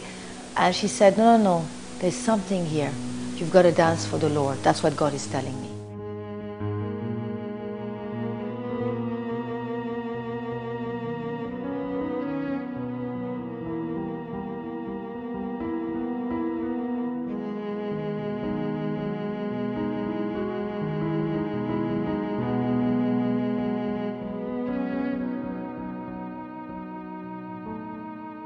My friend, her name is Tanya Word, she says, you know what, Sarah, your world has become crazy suddenly. Let me give you a book. Maybe it will settle your heart. It's called The Purposeful Driven Life by Rick Warren. So she gave me the book, and I'm reading the book, and I'm swallowing the book. On the 5th chapter, it says, life is a test and life is a judge. So I said, okay, Lord, you are going to give me something that has to do with dance, that has to do with life, and it's going to be judged. So I fell asleep. It was a very early morning in May 2003. I'm about to wake up and I don't want to wake up because something is going into my mind. So I have my eyes closed and suddenly, boom, I see a building. I see dancers, musicians.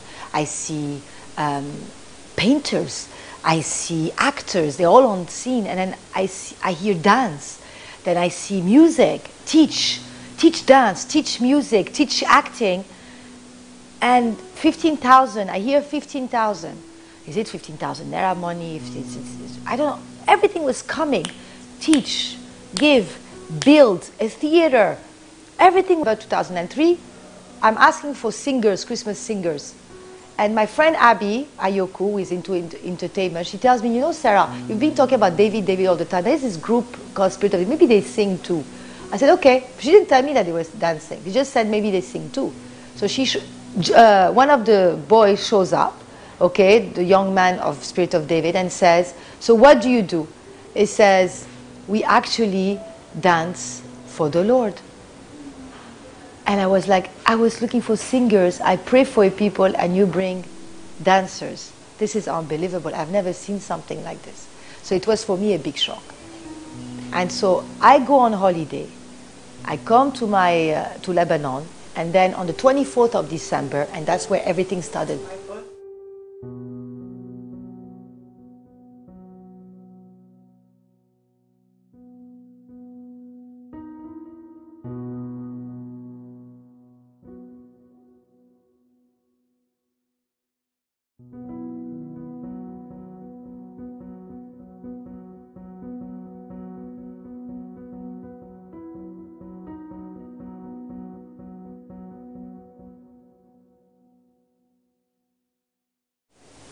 On the 24th of December, you won't believe what happens to me.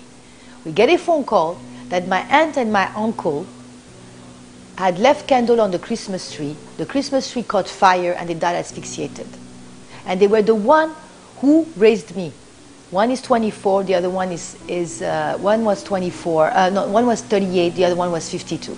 So when they came in, I was under shock. We went to the village, we saw our family house, burned only with the trees. And so we are all like that, and we're saying, this is what's going on here? We're all devastated. They had to give me a pill. I was crying so much.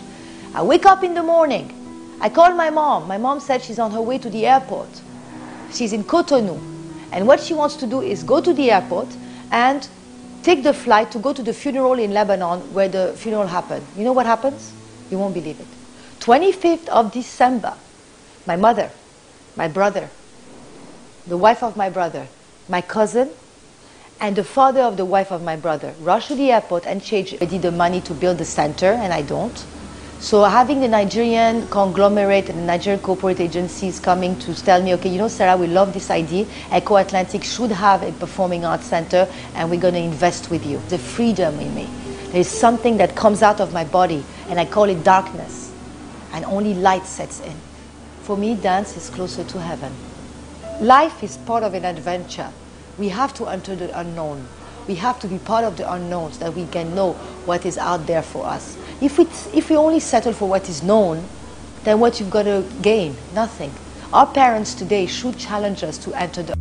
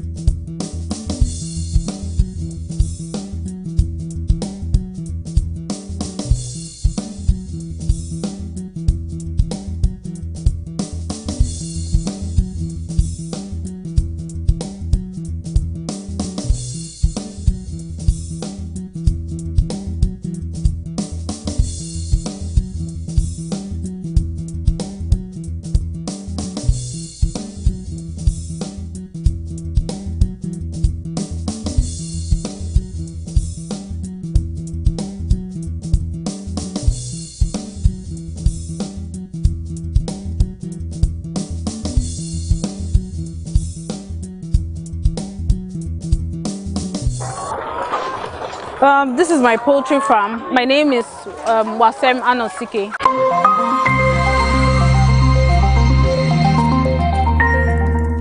Where I was trying to resign my job, we could see that the one we had raised ourselves from learning, like, you know, trying to do some research, reading on internet and all of that, did better than what we paid the guy to actually give us for 4 weeks. So I thought to myself, okay, I think I can actually do this. But at the end of the day, what we got from the broilers was not really what we expected. Maybe in book, it looked good, but in reality, it wasn't that good. So we said, okay, let's look into layers. Maybe layers will pay off better, and it might be less stressful, because that one is really stressful. And then we started this. These birds, they are just about a year. So they started laying in February, and now we're in December, so that's about like 10 weeks. So, and so far so good. It's been good because chickens, they lay every day. So every day you know that you have this number of eggs that you're picking from them. I have about 1,000 birds here.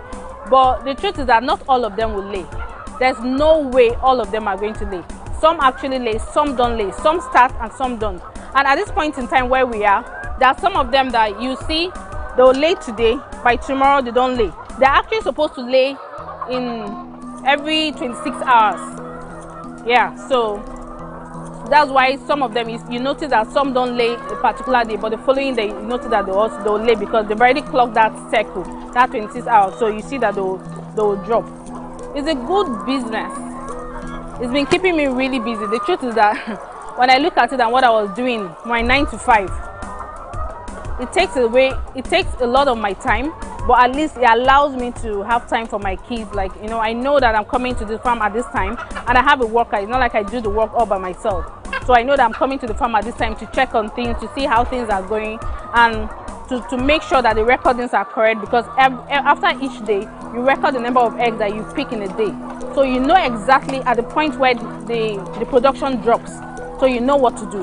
And again, you know, when you have a worker, the person might not actually pay attention as much as you will, because it's your own business. So sometimes I have to come in here and leave, because there are sometimes when if a bird is sick or has caught up infection, you see that it will be closing its eye, or one thing or the other. So you need to like notice some of those things and start to treat almost immediately, so they don't start to die.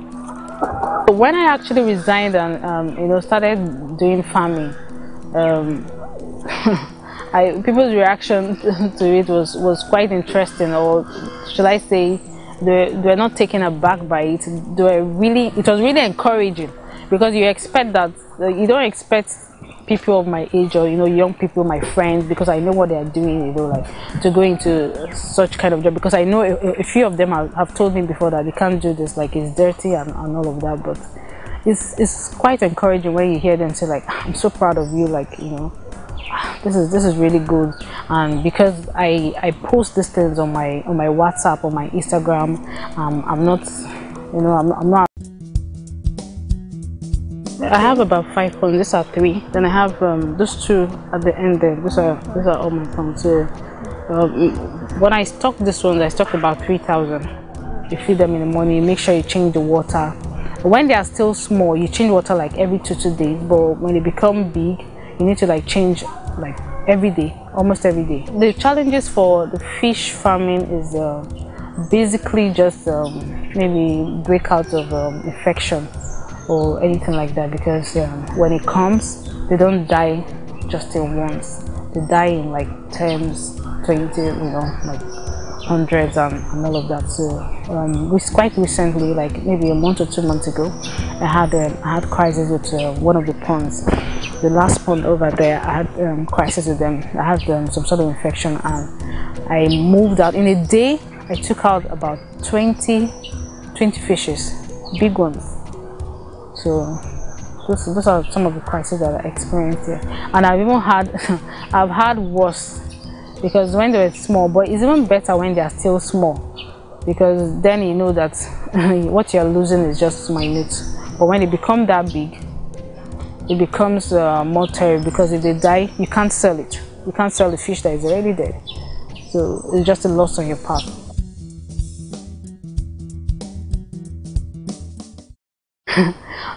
Do I go back? I really like this because it also gives me time for my kids.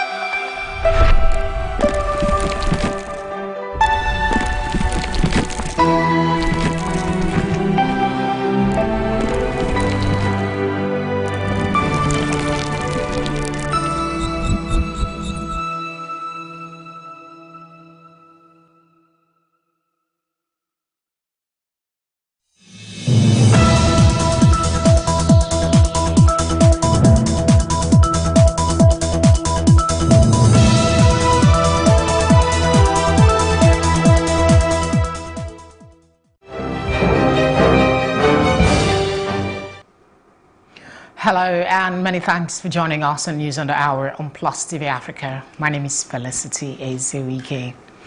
An Abuja High Court has granted bail to the former Secretary General of the Federation, Babachir Lawal, and 2 others. The court on Wednesday granted them bail in the sum of 50 million naira each, with one surety, with conditions that sureties must be residents within the jurisdiction of the court. They must possess titles to lands within the jurisdiction of the court, show evidence of payment of tax for the past 3 years.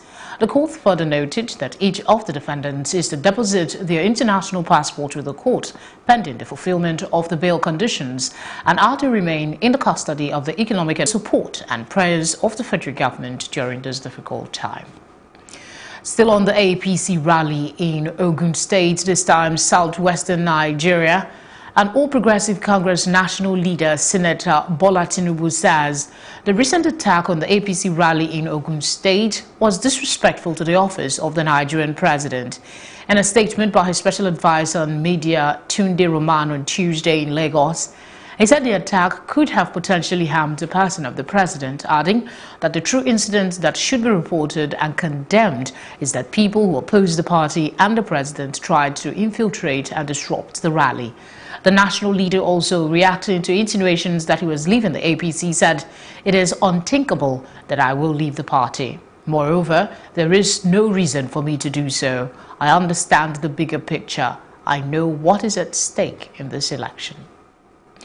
The federal government has alleged that the People's Democratic Party, the PDP, are plotting to orchestrate a crisis and trigger a sense of panic among the populace.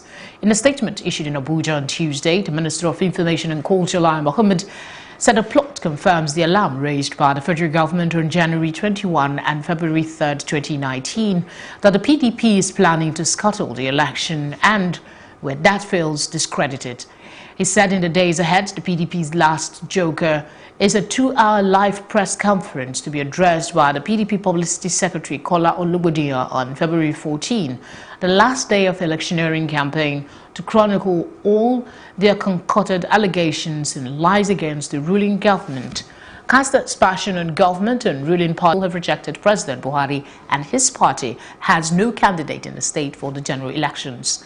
The PDP spokesman asked Nigerians to hold Amechi and the APC responsible should there be any breakdown of law and order in Rivers State or any other part of the country before, during and after the elections. Still in the news, the Kaduna State Command of the Department of State Services, DSS, has said it arrested the Director General of the People's Democratic Party campaign, Ben Bako, because of a recent inciting statement credited to him, adding that if left unchecked, could lead to a complete breakdown of law and order in the state and beyond. The statement, which was issued and signed by A.I. Koya, Director of DSS of the State Command, said on the 9th of February 2019, this service invited Mr. Bako to shed more light on his inciting statement and call for violence in the state. Earlier on the 7th of February, Bako had addressed a rally at Kafanchan, Jama local government area of Kaduna State. The PDP campaign DG Ben Bako was arrested after a video in which he allegedly called for anybody that fails to vote for the PDP in the forthcoming election to be killed. Meanwhile, chairman of the PDP, Phyllis Hassan Hiyat, who addressed the press at the party secretariat in Kaduna, said, "In the first week of December 2018, we started hearing rumors that the governor of Kaduna State, Nasser El-Rufai, in collaboration with the state security services, will arrest PDP members days before the elections. We took it as mere rumors. The reality is now on the ground and the action has started." The Nigerian police has revealed that over 36,000 police personnel will be deployed for election duty on election day. Acting Inspector General of Police Adamu Mohammed, while speaking to a cross-section of election observers in Abuja, revealed that the Nigerian about 8,000 Special Protection Unit personnel, that is in addition to the multitude that we've deployed to the polling units and the RAC, that is the registration. Accepted to serve as our guests, particularly the international observers, for us to give you guarantees, one of security, the other one of unimpeded access to function as observers on election day. I wish to assure both international and domestic observers that the Commission has liaised with the Inspector General of Police and the other security agencies for your protection and to guarantee you unimpeded access to places where you wish to observe elections. Vote Wash campaigners utilized the campaign season ahead of the election on February 16 to highlight the need for improved access to clean water and sanitation in Nigeria. Plus TV Africa's Ife Aronu tells us more. SDG Goal 6, Clean Water and Sanitation, aims to ensure universal access to safe and affordable drinking water for all by 2030. Vote for Wash campaign advocates are championing the cause for improved access to safe and affordable drinking water in Nigeria. We are worried that 60,000 Nigerian children under 5 die annually because of water-related diseases. Vote for Wash is a campaign of Water Aid Nigeria and the Connected Development that seeks to drive conservation around the electionary window. We have mapped up political parties and we have visited them one after the other to talk to them, say this campaign to them, and adopt it. That upon winning elections, that they are going to prioritize what. We are in Lagos and we'll be meeting with candidates of political parties to get their commitments. And so far, we are impressed with the responses we are getting. The advocates engaged with the candidate of the Action Democratic Party, ADP, Mr. Babatunde Badamasi, who highlighted the grave water sanitation challenges in Lagos. In addition to sorting out water supply, you also have to sort out sanitation. And that is taking away the waste that humans generate, sewage. And then we go ahead and eat the fish that have swallowed all of the antibiotics that come out with our sewage. Mr. Badamosi further unveiled his agenda to achieving clean water and sanitation if elected governor of Lagos. First one, we're going to give each local government its own waterworks and its own water distribution networks, which will remain scalable. That's number one. Number two, we're going to build a central sewage network, one for each local government, that will terminate at a sewage treatment plant designed to produce biogas to add to our energy supply. To scrub the waterways by aeration, that's number one. To remove all debris from the water by mechanical means. To control the growth of water-based plants, water hyacinth and all that, so that we can have the waterways open for navigation. The ultimate power rests with Nigerians who can vote to demand for improved water, sanitation and hygiene, wash services from candidates seeking various electoral offices in the general election. Ife Aronu for Plus TV Africa. The role of radio to inform, to bring people and communities from all backgrounds together to foster positive dialogue for change has been reiterated as the world marks the 8th edition of World Radio Day. In a special message, the United Nations Secretary General of former Prime Minister of Portugal, Antonio Guterres, says radio plays a vital role in forming and reuniting people affected by wars in the UN peacekeeping operations. Radio is a powerful tool. Even in today's world of digital communications, radio reaches more people than any other media platform. It conveys vital information and raises awareness on important issues. And it is a personal, interactive platform where people can air their views, concerns and grievances. Radio can create a community.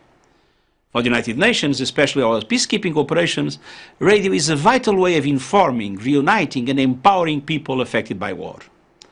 On this World Radio Day, let us recognize the power of radio to promote dialogue, tolerance and peace. World Radio Day is marked on February 13 every year. It's time to take a quick break. Socio-economic challenges as growing unemployment rate, increasing have lost their jobs through retrenchments. Since 2018, President Cyril Ramaphosa has been implementing market-driven reforms, the latest of which is a plan to split ESCOM, a state-owned power utility that produces over 90% of the country's energy. However, these neoliberal policies have not halted the country's economic crisis, which keeps 10 million people from getting jobs and over 17 million surviving on welfare. The news continues after this short break. Do stay with us.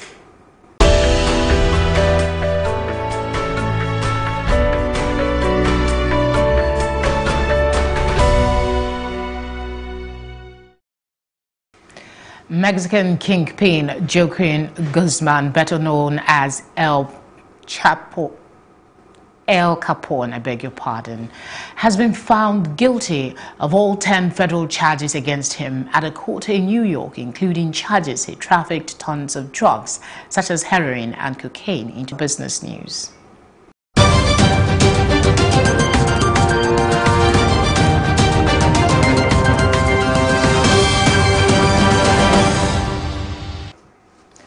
Reports from the National Bureau of Statistics released on Wednesday showed that the nation's capital importation report for 2018 garnered a total investment of $16.81 billion. The NBS report indicated an increase of $4.59 billion, a significant increase when compared to the $12.22 billion recorded in 2017. The report, however, revealed that the largest amount of capital importation was received through portfolio investment, accounting $11.8 billion of the total investment inflow. Other investments accounted for $3.81 billion of total capital, while foreign direct investment had $1.19 billion of total capital imported in 2018. Still in business, oil prices rose on Wednesday as OPEC said it had cut supply in January, and as well as U.S. sanctions on Venezuela's oil exports. U.S. West Texas Intermediate crude oil future were at $53.52 a barrel, up 42 cents from its last close. International Brent crude futures were up 0.8% at $62.94 per barrel. On the sidelines, U.S. crude prices also rose as its crude inventories fell, according to American Petroleum Institute (API) on Tuesday. Still ahead on Plots TV Africa News is a roundup on entertainment and sports. We're back in a moment.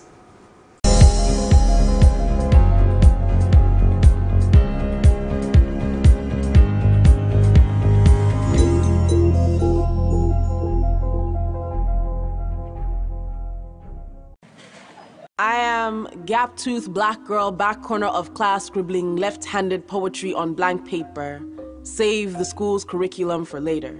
I am overflowing tales by moonlight, that informal education. Trickling off the tip of my grandmother's tongue, you will find my mother's tongue here.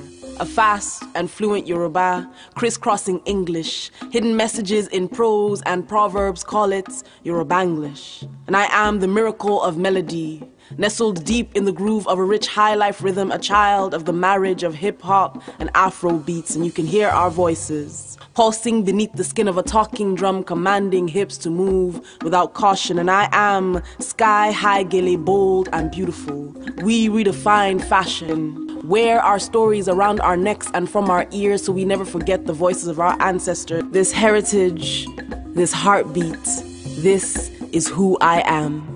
Heritage Bank, your timeless wealth partner.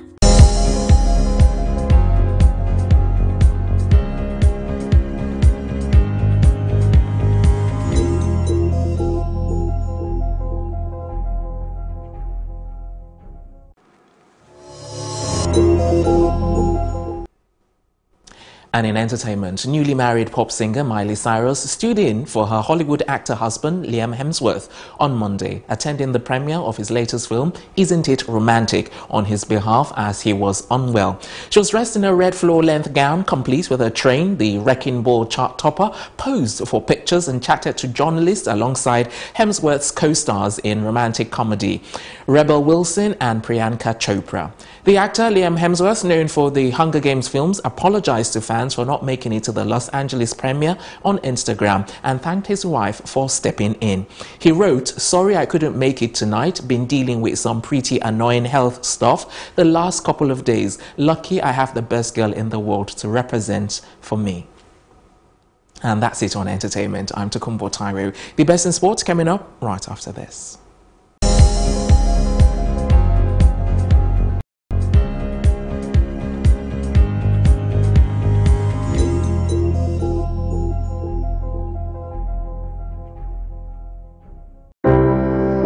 Hey, Anu! Dad. Look, I got something for you! A football chassis? Hey, Adu, come watch a game with your uncle and I. Please, come. I'm okay, thanks. The kind of person that you asked me to be. My brother say he love me, I love him too. I tell him I will do anything for you.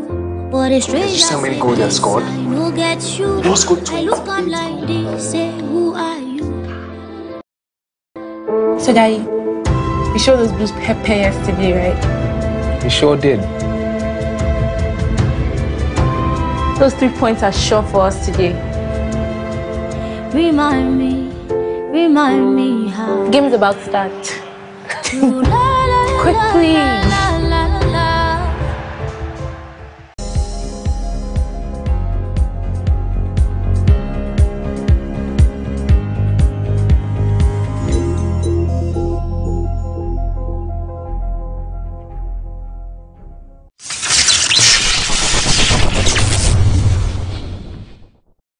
NBA All-Star power forward Chris Bosh is expected to announce. Keep getting better, but obviously he brings a lot of qualities as a driver. You know, he's a 7-time Grand Prix winner, so we all know he's one of the best out there. So that's going to be an interesting and exciting one for me as well to put myself to the test and see where I turn out. And that's it on Sports Updates. I'm Samson Oloyede. And that's our news roundup of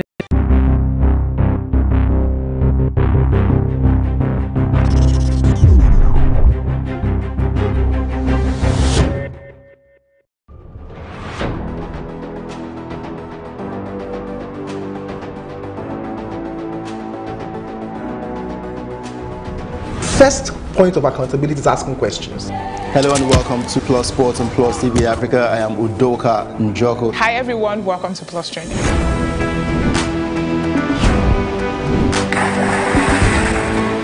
You cannot continue to recycle poverty while you're spending a lot of money on unproductive ventures. The government has to feel the impact. Honorable Commissioner, sir, welcome to the show.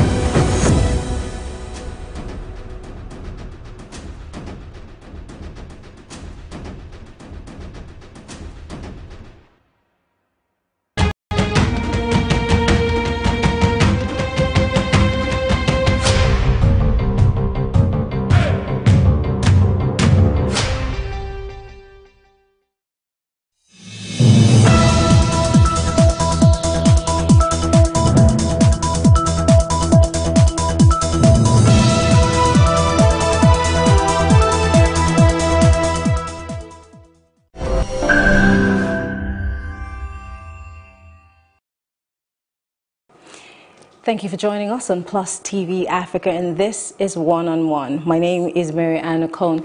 Today we are going to be hosting the former governor of Cross River State, Mr. Donald Duke, and of course the SDP presidential candidate for the 2019 elections. It's good to have you in the studio, Mr. Donald Duke. Thank you, Marianne. All right, so of course, I mean, everybody is talking about the recent court judgment that has declared you the presidential candidate of the SDP, and we all are aware of the drama that led up to that. Tell us how you felt yesterday immediately after that court judgment. It was a Pyrrhic victory. We won fair and square in October, on the 6th of October. 812 votes. Now, Professor Ghana, who is my chief opponent, he had 611. If you put all the other votes together, they still don't get up to 812. But I said, talking about my constitutional right to contest an office, it has nothing to do with the party. The party is only a platform that enables you to aspire for the office. But that platform also has rules and regulations that you need to work with. Absolutely, but the platform cannot determine the qualification for the office. It's a constitutional office, and the Constitution is very clear that the criteria for running for the office is A, you're a citizen of Nigeria; B, you're above a certain age, I believe it's 40; C, your minimum qualification educationally is school cert; and D, you're without any criminal convictions.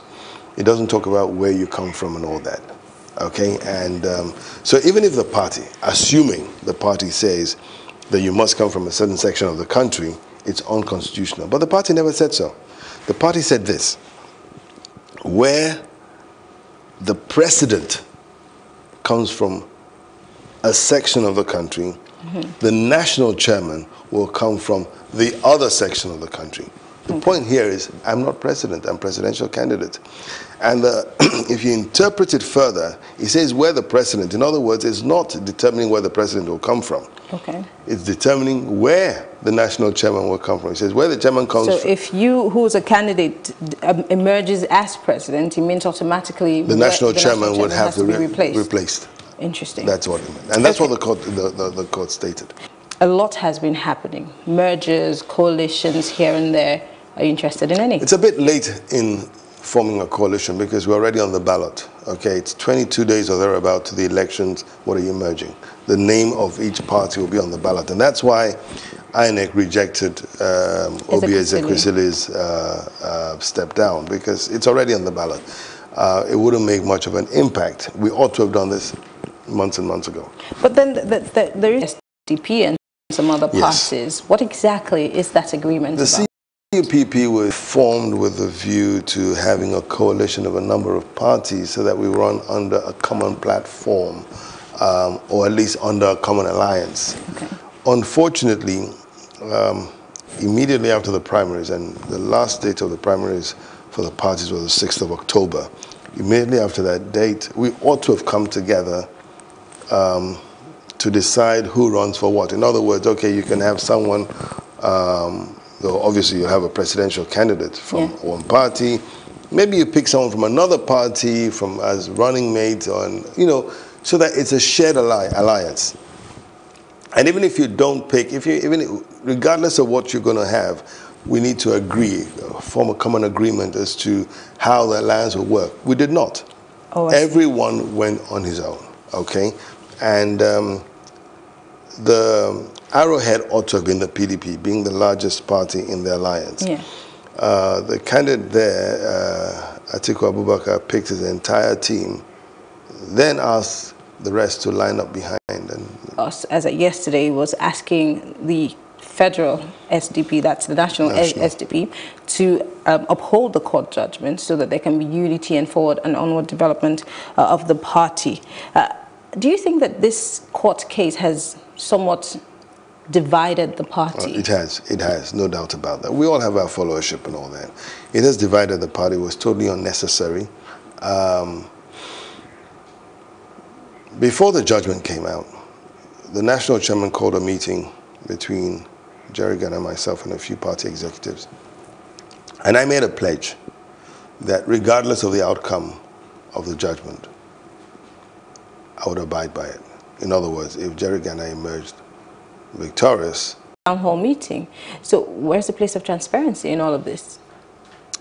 You know, there's an unfortunate statement attributed to Adams Oshiomhole that if you want to get away with crime, join the APC. And he said it at a campaign rally. But actions speak louder than words.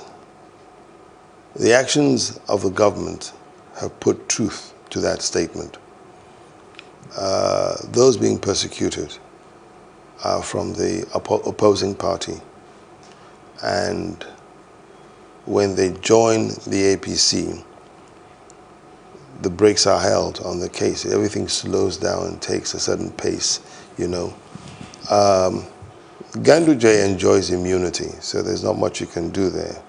But it does not take away the fact that he can be investigated. You cannot prosecute, but you can investigate the matter.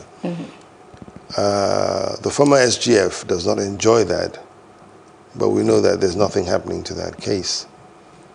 Court orders are randomly disobeyed. The case of the former NSA, Sambo Dasuki, is pathetic. Several courts have given orders to the effect that he should be released on bail. Since when did embezzlement not become a bailable offense? Then we're still El Zazaki. What's his offense? He marched against the convoy, ought to withdraw its service completely. How do you mean? Withdraw its Just service? suspend. The judiciary says we can't function anymore under this environment. You see, if you watch what's been going on in the United States, back and forth between the Congress, someone has to back off. And last night, Trump backed down. He didn't get anything. He didn't get his wall. because people stand for truth. We don't stand for truth, right? We saw it happening to El Zaki, we did nothing. We saw it happening to Sambo Dasuki, we did nothing.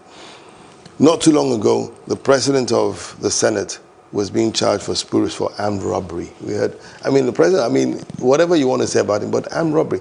You see, and the onus is on you to prove this. You don't just throw allegations at people. Now, one of the grounds for the removal of the CJN, apart from what they're claiming, and this is the president in his speech, is that the Supreme Court condones corruption. You can't judge the Supreme Court. It's ludicrous. But it obviously a country that is falling apart. So what do we do in one sentence? How do we get past this? Where do we go from here? Vote him out. Interesting. Let's talk about your manifesto. What's your manifesto for those who do not really know? I mean, the thrust of my case for presidency is the eradication of abject poverty of poverty in our society. That is the bane of everything going on, whether it's corruption, insecurity. It's the poverty the pervading poverty that subsists in our society. When people are corrupt, when people are poor, they're susceptible to corruption. Do you think you can win? Why not? If I didn't think, I wouldn't. With all of the things that are unfolding, I'm not saying. It's not a joke. It's hard work. How do you hope to win? I mean, we have seen Obi Ezekwesili's party pledge its support to an Atiku. We have seen... Not incapacitated by ill health, and who has shown his fangs, who has gone at midnight to arrest judges, right? Who has tolerated criminals or accused people, let me not call them criminals, accused persons because they have joined his party. Who sees no evil as long as you are within his ranks, right? If I extrapolate and traject from there, the next 4 years of the Buhari administration will be, I don't know. I don't know. But you can see the fangs are gradually coming out. What happened to the CJN? It's not something we should take lightly at all. It's unheard of that you can pick up the Chief Justice of a nation, suspend him as if he's a clerk in your office, and install someone else. And we're all watching. The rest of the world must think that we are the biggest. I think we're not Banana Republic. This is plantain. Okay. One last question before I let you go. Thank goodness you did what you did in Cross River. But there are people who are still angry at you, and they said you abandoned the state.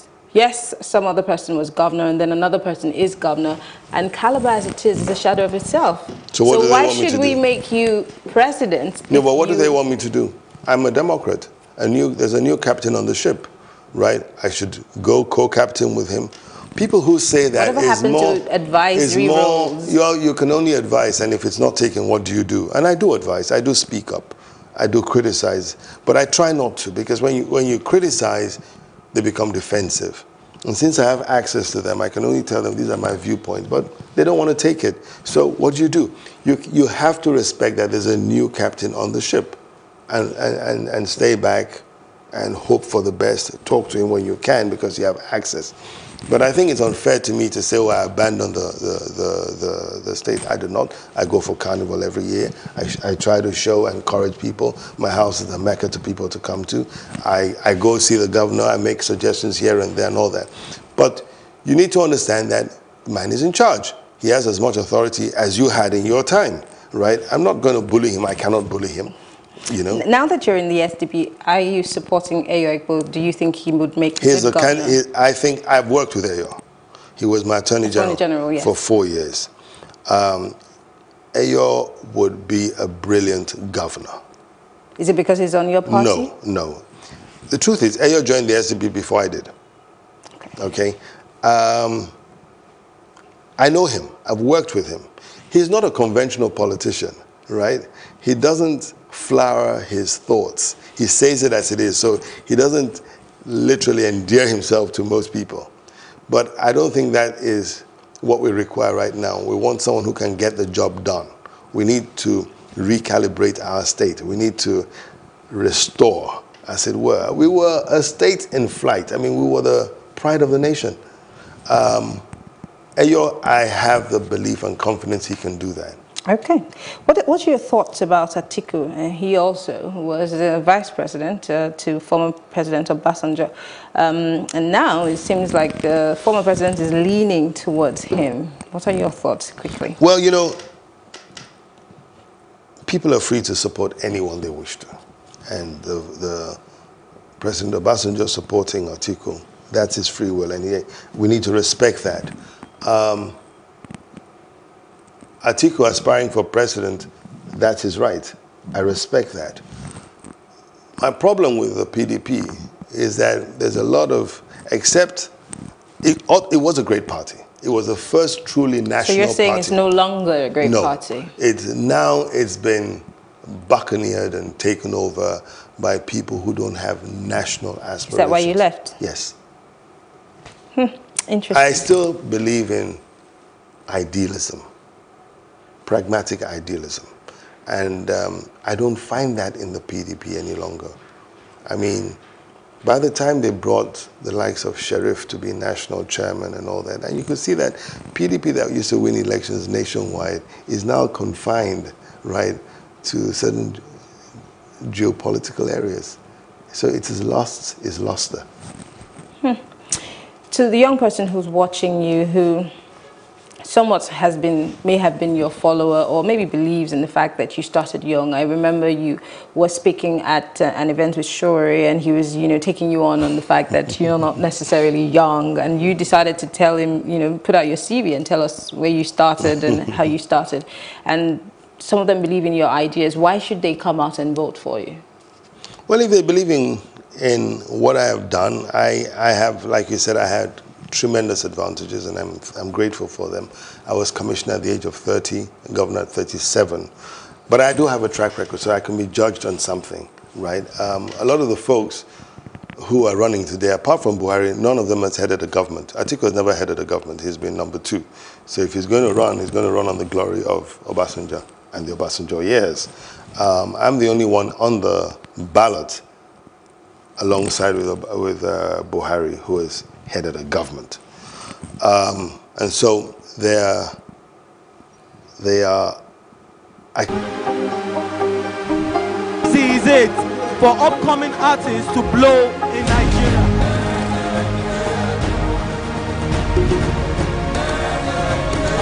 Welcome to Plus Trending.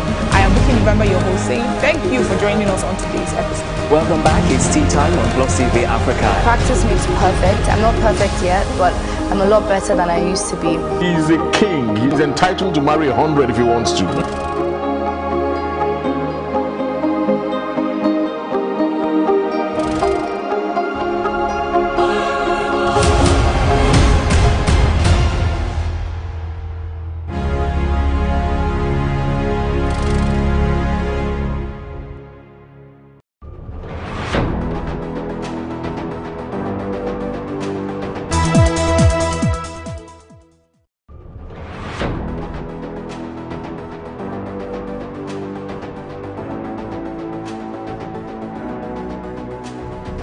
First point of accountability is asking questions.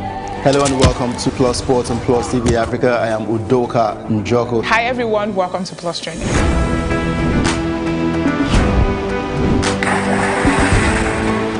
You cannot continue to receive. Remember your host saying thank you for joining us on today's episode. Welcome back. It's tea time on Plus TV Africa. Practice makes perfect. I'm not perfect yet, but I'm a lot better than I used to be. He's a king. He's entitled to marry 100 if he wants to.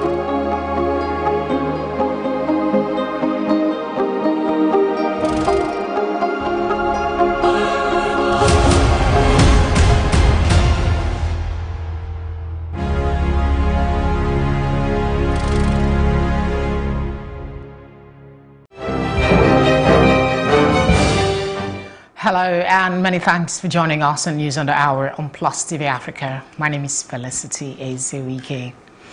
An Abuja High Court has granted bail to the former Secretary General of the Federation, Babachir Lawal, and 2 others. The court on Wednesday granted them bail in the sum of 50 million naira each, with one shorty, with conditions that shorties and a man. The State Police Public Relations Officer Nnamdi Omoni confirmed the incident, adding that 4 persons were receiving treatment at a hospital.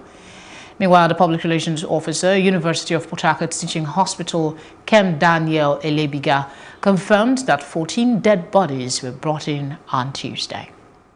The President Muhammadu Buhari has mourned some members of the All Progressive Congress APC who died in Rivers State on Tuesday in a stampede at the presidential campaign rally held in Port Harcourt, the state capital. Hours after the incident, President Buhari condoled with the families and friends of the victims in a statement by his senior special assistant on media and publicity, Garba Shehu, who also wished a speedy recovery to all those injured.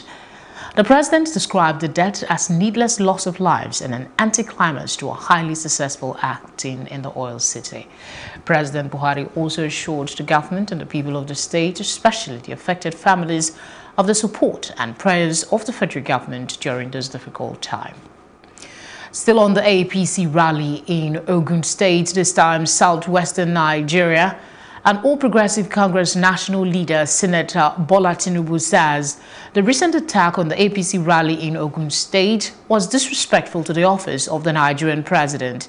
In a statement by his special advisor on media, Tunde Roman, on Tuesday in Lagos, he said the attack could have potentially harmed the person of the president, adding that the true incident that should be reported and condemned is that people who oppose the party and the president tried to infiltrate and disrupt the rally.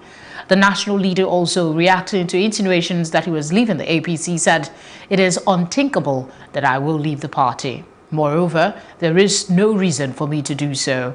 I understand the bigger picture. I know what is at stake in this election." The federal government has alleged that the People's Democratic Party, the PDP, are plotting to orchestrate a crisis and trigger a sense of panic among the populace.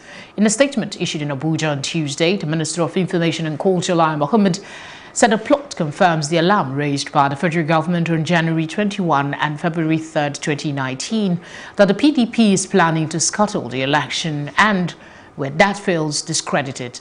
He said in the days ahead, the PDP's last joker is a 2-hour live press conference to be addressed by the PDP Publicity Secretary Kola Olugbodiyan on February 14, the last day of the electioneering campaign, to chronicle all their concocted allegations and lies against the ruling government, cast aspersion on government and ruling party officials, and throw innuendos here and there. We're therefore calling on all Nigerians and the international community to disregard any attempt to scuttle or discredit the polls. We urge observers to keep an open mind. There is no cause for alarm except in the rapt imagination of the PDP, which has entered the panic mode and is already ruining the loss of another general election even before it has been held. The People's Democratic Party has asked the International Criminal Court, ICC, to immediately list the Director General of the Buhari Campaign Organization and Minister of Transport, Rotimi Amechi, for inciting violence with war songs at the All Progressive Congress presidential rally in Port Harcourt, Rivers State, held on Tuesday. PDP spokesman Kola Olugbodiyan noted that the threat of violence by Rotimi Amechi, which came few days after President Muhammadu Buhari called on his supporters to get ready to fight, as well as the alleged body bag threat by Governor Nasser El-Rufai of Kaduna State, have exposed APC's plot against peaceful elections in Nigeria. It is completely reprehensible that Amechi, who had the privilege of governing Rivers State for 8 years, will resort to importation of thugs into the state and inciting violence just because the people have rejected President Buhari and his party has no candidate in the state for the general elections. The PDP spokesman asked Nigerians to hold Amechi and the APC responsible should there be any breakdown of law and order in Rivers State or any other part of the country before, during and after the elections. Still in the news, the Kaduna State Command of the Department of State Services, DSS, has said it arrested the Director General of the People's Democratic Party campaign, Ben Bako, because of a recent inciting statement credited to him, adding that if left unchecked, could lead to a complete breakdown of law and order in the state and beyond.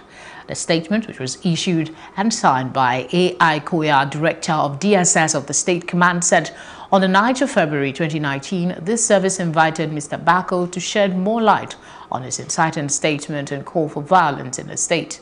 Earlier on the 7th of February, Bako had addressed a rally at Kafanchan, Jama local government area of Kaduna State. The PDP campaign DG Ben Bako was arrested after a video in which he allegedly called for anybody that fails to vote for the PDP in the forthcoming election to be killed.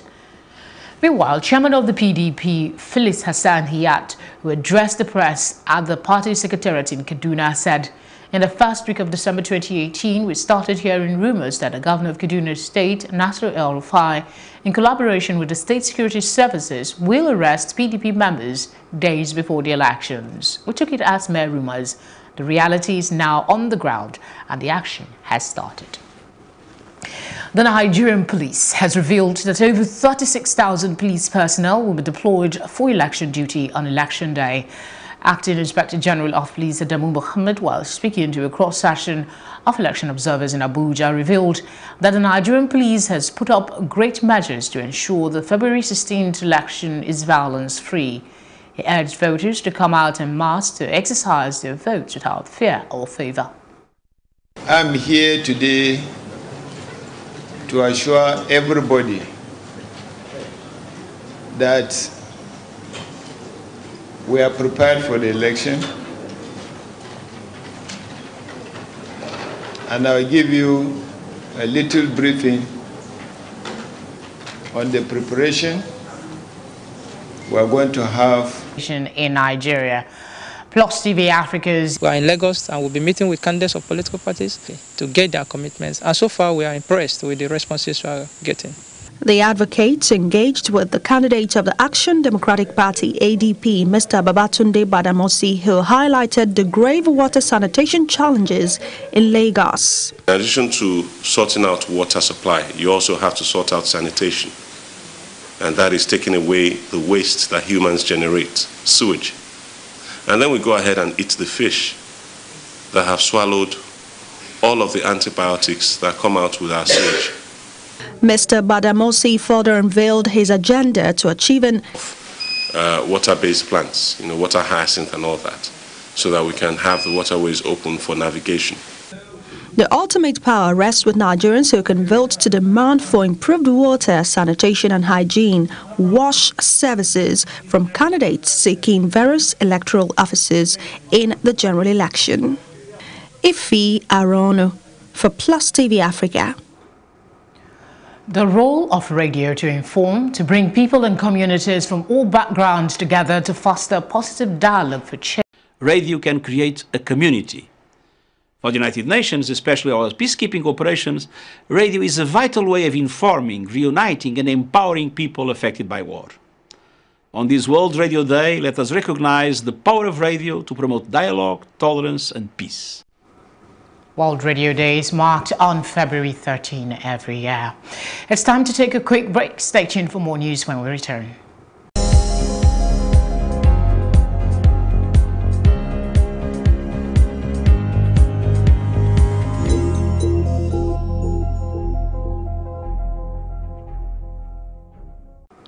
You're watching News on the Hour on Plus TV Africa. The 32nd African Union AU Heads of State and Government Summit concluded Monday evening in Ethiopia's capital, Addis Ababa, with discussions centered on solutions to refugees and internally displaced persons, IDPs, in the continent. Chairperson of the AU Commission, Muasa Faki Mohammed, in a speech delivered at a closing ceremony, said that refugees and IDPs have become urgent issues that need to be addressed by the governments of African countries.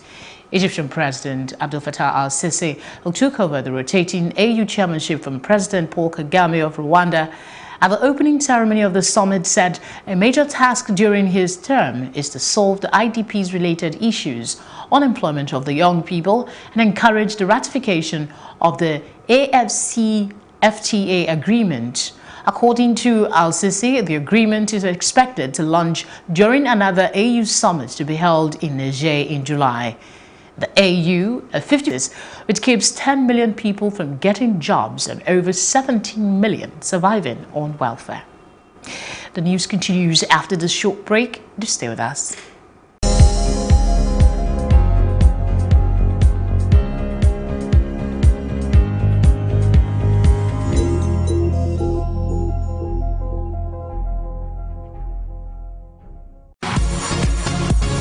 best concert of your life? Don't just stay cool, stay refreshed with an ice-cold Coca-Cola. Pick your lane, solo or bigger boy. Taste the feeling.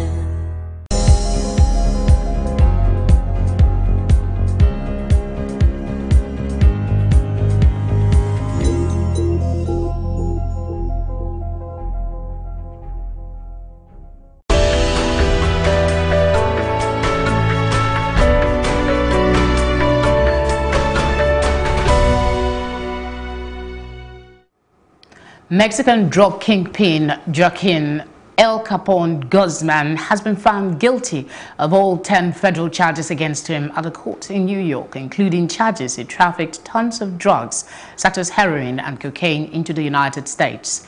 Following 2.5 months of testimony in court, the 21-year-old was convicted by unanimous decision of the jury, which had taken about 34 hours over the course of 6 days to reach a verdict. The main charge of engaging in a continuing criminal enterprise carries a mandatory term of life in prison, as Guzman faces sentencing on June 25. The drug boss's lawyer described Guzman as incredibly upbeat following his conviction, signaling that he is likely to appeal the verdict on the basis that they were improperly limited. Can you feel it? The Niger spirit. Do you feel it? Cause I feel it. We all feel it. The Niger spirit. We don't just feel it, we live it. And if you get it, you got the Niger spirit. This Niger spirit, we breathe it. Best believe it, real as my heartbeat is. The Niger spirit, you can't beat it. So even when I lose, I am not defeated. We all breathe it, we all bleed it, we all live it. The Niger spirit, the Niger spirit. We love it, we live it. Niger all the way. Niger all the way.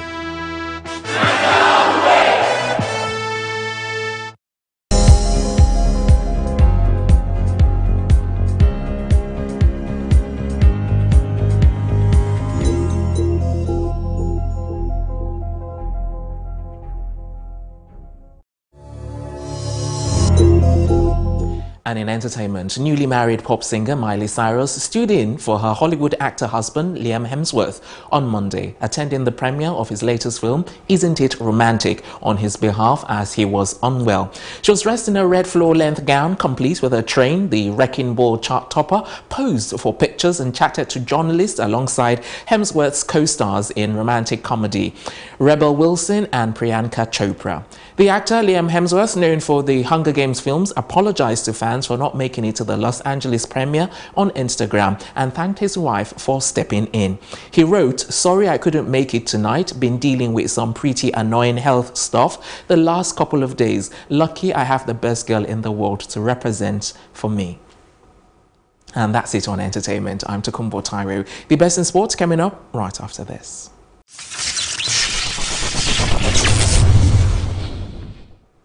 NBA All-Star power forward Chris Bosh is expected to announce his retirement from the game of basketball. The 35-year-old has not played a basketball game since 2016 due to blood clots in his lungs. After halting a recent comeback attempt, Chris Bosh is expected to officially retire from professional basketball on the 26th of March. Bosh, who signed with the Heat in 2010 alongside LeBron James, will have his jersey number retired by the Heat on the same day. Having been drafted 4th overall by the Toronto Raptors in 2003, Chris Bosh made the NBA All-Star team 11 times in his 13-year career and won 2 NBA championships with Miami Heat in 2012 and 2013.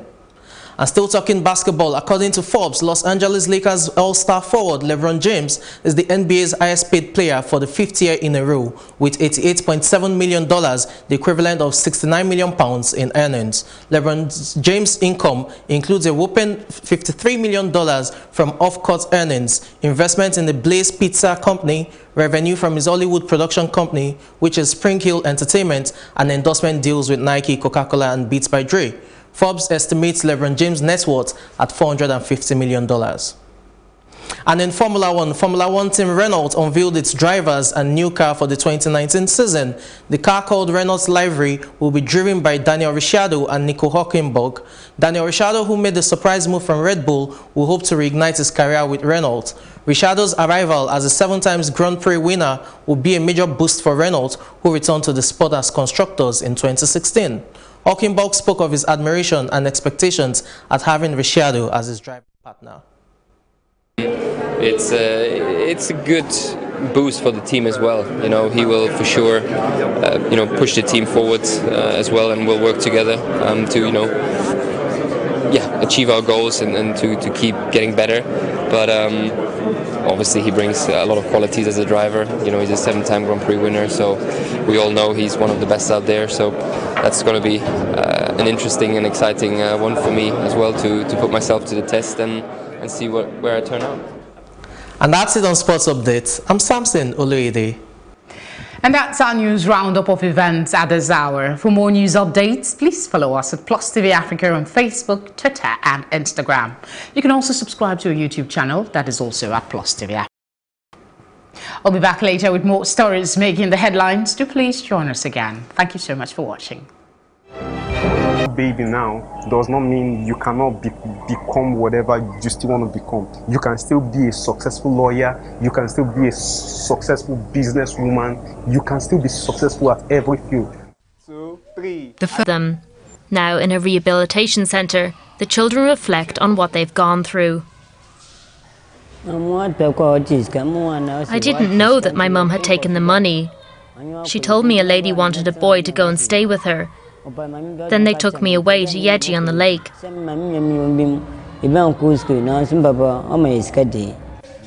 16-year-old Ko is only in 4th grade. He has a lot to catch up with. Getting kids back to school was exactly what James Kofi Annan had in mind when he founded Challenging Heights. He himself used to be a child slave on the lake. The thing that I dreaded most, and every child I worked there... And at the same time help mothers. He aims to help at least 1,000 women annually and to prevent around... They used to be alone. They need someone to encourage them and also to counsel them regularly. Learning is intense. During the day, these boys tend to their cattle and sheep, and it's only during the night they can spare some time to be here while the actors that he used to be.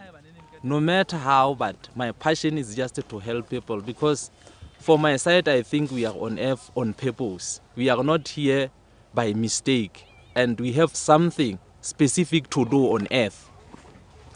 That's my intention. That's why I want to invest my life to the shepherd. Proud of those who joined regular schools and finished their education. An estimated 3.2 million children were living with HIV at the end of 2013, mostly in sub-Saharan Africa. Majority of them acquire HIV from their HIV-infected mothers during pregnancy, birth, or breastfeeding. Our next video shows how people are trying to change that. If they're tested positive, the women are enrolled in a program that guides them through the pregnancy, childbirth, and breastfeeding.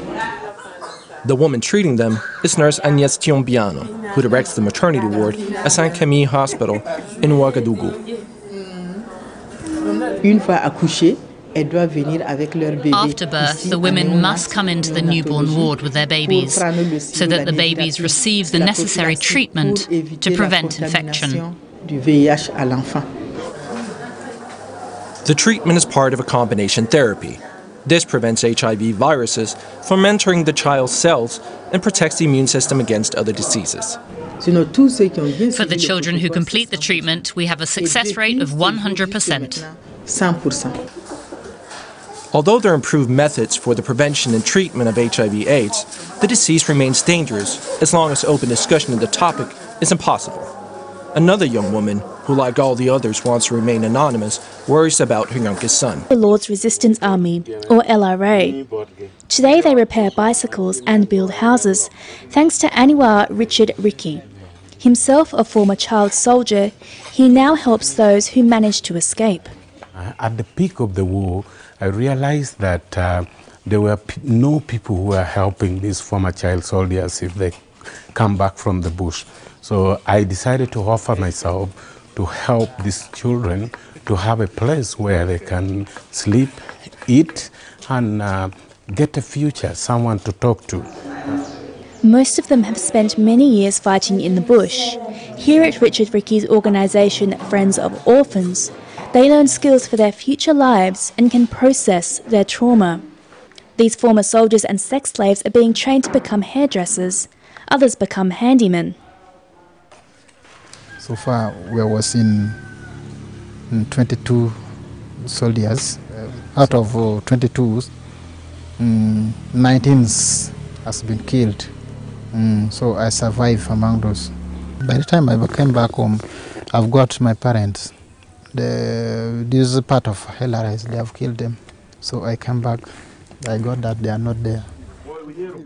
Richard believes that only by giving back through work, like fixing buses or cleaning streets, will these haunted youngsters have a future in society. Northern Uganda was terrorised by the LRA for a very long time, so ex-child soldiers are heavily stigmatised. In this process, they reintegrate.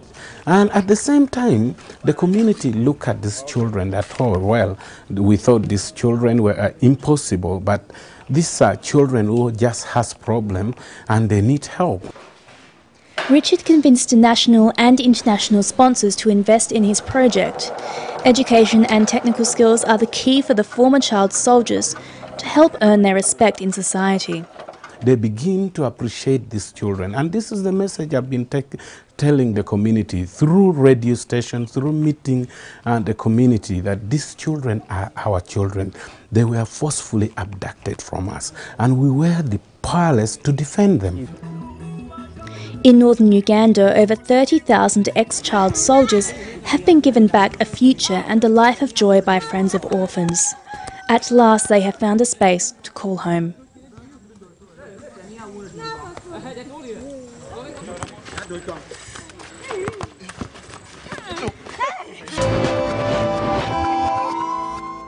And we end today's episode with fashion. Fashion made in Nigeria. A young woman dressing babies and children. These babies are largely popular in Africa, where they currently outsell Hollywood films. As of 2014, Nollywood was worth $5.1 billion and makes up 5% of Nigeria's GDP.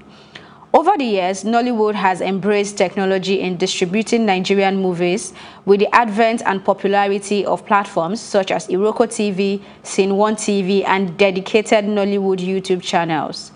In addition, Nollywood has sold out more movies in Nigerian cinemas than Hollywood movies. While we await a more recent report on Nigeria's movie industry GDP, one can naturally expect an uphill climb with what the layman can clearly see. The industry has evolved. We have a lot of upcoming young, beautiful, well-knowledgeable actresses. I call them actors as well. Nollywood is an industry that comprises male and female actors. We have also seen the rise of female directors and producers in the last 2 to 3 years and can attest to their successes. Gender inequality in Nigeria is influenced by different cultures and beliefs. In most parts of Nigeria, women are considered subordinate to their male counterparts, especially in northern Nigeria. So, is gender inequality present in Nollywood? It's vice versa. It's same. Men get roles, women get roles. It's actually better now. Before it was most men had the roles way back. But now it's a lot better. In fact, I think women, the ladies have more roles than the men now. I think both sexes actually get opportunities, because like there was a movie without the other sex, you know, because a love story, you can't play like a love story with like two guys. It actually has to be like a girl and a guy. Are men or women being marginalized? Do men have more opportunities than women? A lot of women are in the industry. I think what we lack is a lot more men in industry, because it's really difficult casting, finding the right guy. And it is when you're trying to cast for a male character that you realize that we don't even have enough men. I do not think that Nollywood discriminates against gender. There are other areas of discrimination, but gender isn't necessarily amongst them. What is the disparity in earnings for a male lead role and a female lead role? How are the figures decided? Prices vary based on a lot of things. Women who love them and probably treat them to a few gifts here and there, so it just works both ways. Having listened to the actors, it's really difficult to say there is gender inequality in Nollywood.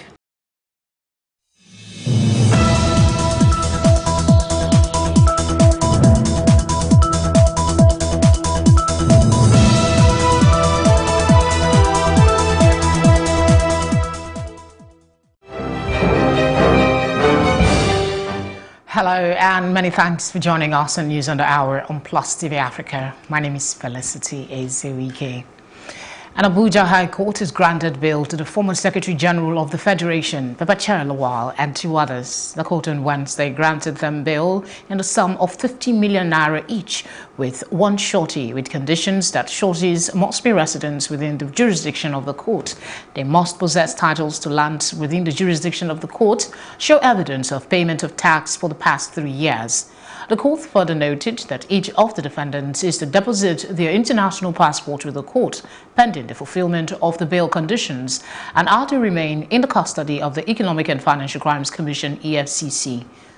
Babachir is being accused of diverting funds meant for the clearing of invasive plants in the troubled Northeast. Next trial has been fixed for March 18, 2019. 14 persons on Tuesday lost their lives and 8 were injured at the Amasiamaka Stadium in Port Harcourt, Rivers State, venue of the APC presidential campaign rally. The persons died in a stampede around the gate of the stadium as the crowd attempted to leave the venue of the campaign. And 8 other persons were critically injured as they were marched on as people rushed to go home after listening to President Muhammadu Buhari, who was the last speaker at the APC event. The incident happened around 4 p.m. and those who were seen lying lifelessly on the ground include 3 middle-aged women and a man. The State Police Public Relations Officer Nnamdi Omoni confirmed the incident, adding that 4 persons were receiving treatment at a hospital. Meanwhile, the Public Relations Officer, University of Port Harcourt Teaching Hospital, Kem Daniel Elebiga, confirmed that 14 dead bodies were brought in on Tuesday. President Muhammadu Buhari has mourned some members of the All Progressive Congress APC who died in Rivers State on Tuesday in a stampede at the presidential campaign rally held in Port Harcourt, the state capital. Hours after the incident, President Buhari condoled with the families and friends of the victims in a statement by his senior special assistant on media and publicity, Garba Shehu, who also wished a speedy recovery to all those injured. The president described the death as needless loss of lives and an anticlimax to a highly successful acting in the oil city. President Buhari also assured the government and the people of the campaign Ben Bako because of a recent inciting statement credited to him, adding that if left unchecked could lead to a complete breakdown of law and order in the state and beyond. The statement, which was issued and signed by A.I. Koya, Director of DSS of the State Command, said on the 9th of February 2019, this service invited Mr. Bako to shed more light on his inciting statement and call for violence in the state. Earlier on the 7th of February, Bako had addressed a rally at Kafanchan, ensuring the February 16th election is violence-free. He urged voters to come out en masse to exercise their votes without fear or favor. I'm here today to assure everybody that we are prepared for the election, and I'll give you a little briefing on the preparation, and then thereafter we can go into interaction. In every polling unit, we are going to have 3 security personnel to be led by the police.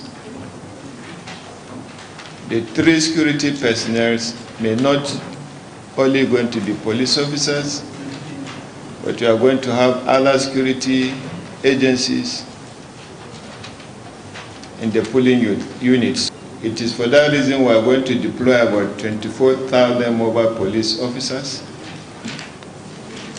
4,000 counter-terrorism unit personnel, about 8,000 special protection unit personnel.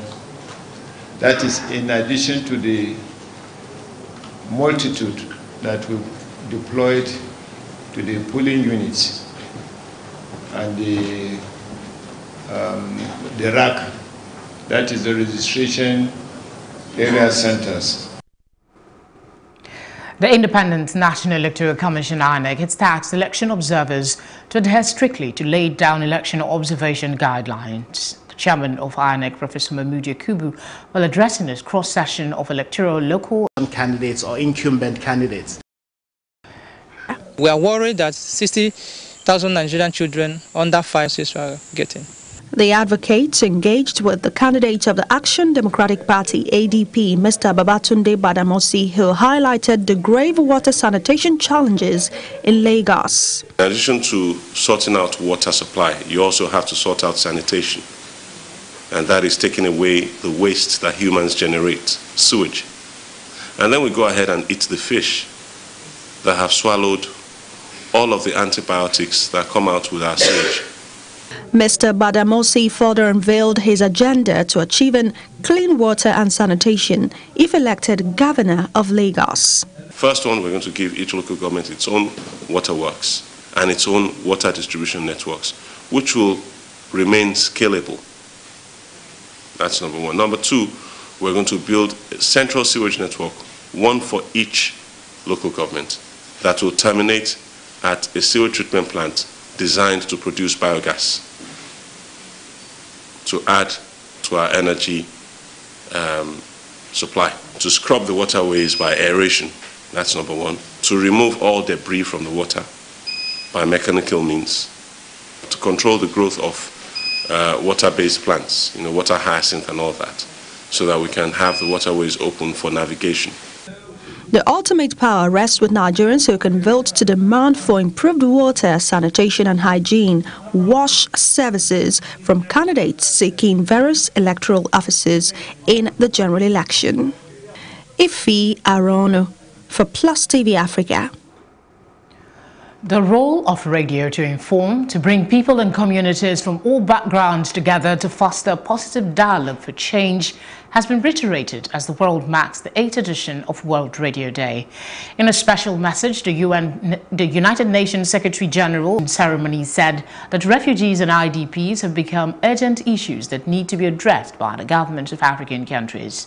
Egyptian President Abdel Fattah al-Sisi, who took over the rotating AU chairmanship from President Paul Kagame of Rwanda, at the opening ceremony of the summit said a major task during his term is to solve the IDPs related issues, unemployment of the young people, and encourage the ratification of the AFCFTA agreement. According to al-Sisi, the agreement is expected to launch during another AU summit to be held in Niger in July. The AU, a 55-member Pan-African political body, is headquartered in Addis Ababa and is held twice a year. The Congress of the South African Trade Union, COSATU, has called for a National Day of Action on February 13, in which both unionized and non-unionized workers are expected to embark on a massive protest across the country. The demonstration seeks to confront such socio-economic challenges as growing unemployment rate, increasing levels of job losses, outsourcing and privatization of public and private services, and state capture by corrupt officers. The National Union of Mine Workers, NUM, called on all its members in the mining, energy and construction sectors to participate in the COSATU marches to avert continuing job losses in South Africa, a country in which 40,000 workers in the mining sector have lost their jobs through retrenchments. You're watching Plus Event on Plus TV. Stay glued to Plus TV Africa every Saturday and Sunday, 4:30 p.m. West African time.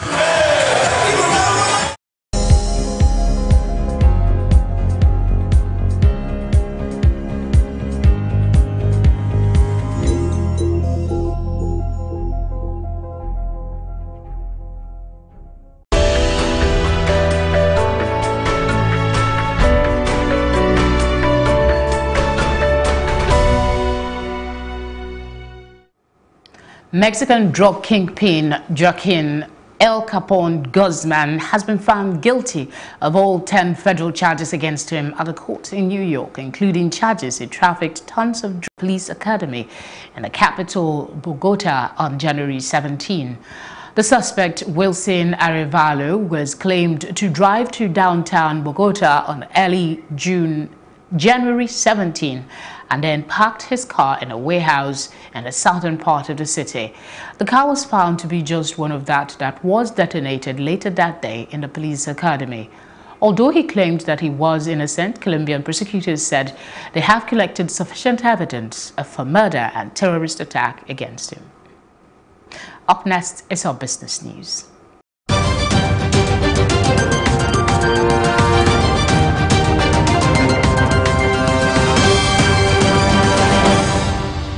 Reports from the National Bureau of Statistics released on Wednesday showed that the nation's capital importation report for 2018 garnered a total investment of $16.81 billion. The NBS report indicated an increase of $4.59 billion, a significant increase when compared to the $12.22 billion recorded in 2017.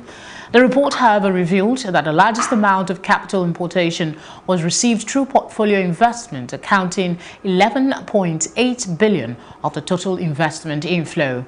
Other investments accounted for $3.81 billion of total capital, while foreign direct investment had $1.19 billion of total capital imported in 2018. Still in business, oil prices rose on Wednesday as OPEC said it had cut supply in January, and as well as U.S. sanctions on Venezuela's oil exports. U.S. West Texas Intermediate crude oil future were at $53.52 a barrel, up 42 cents from its last close. International Brent crude futures were up 0.8% at $62.94 per barrel.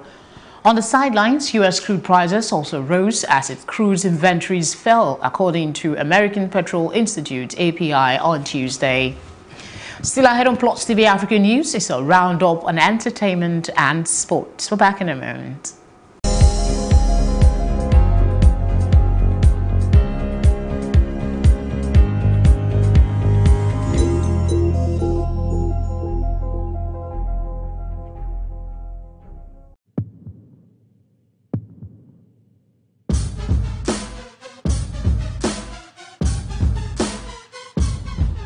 I feel it, we feel it.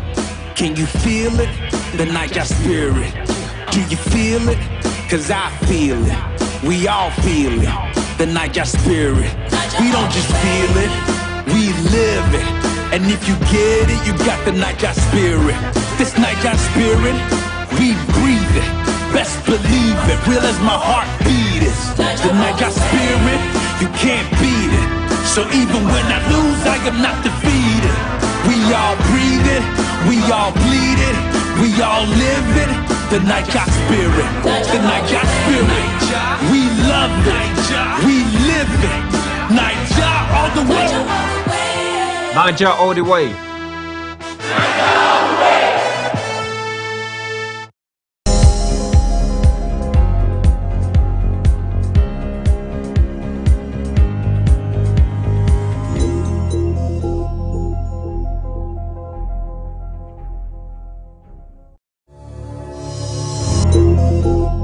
And in entertainment, newly married pop singer Miley Cyrus stood in for her Hollywood actor husband Liam Hemsworth on Monday, attending the premiere of his latest film, Isn't It Romantic, on his behalf as he was unwell.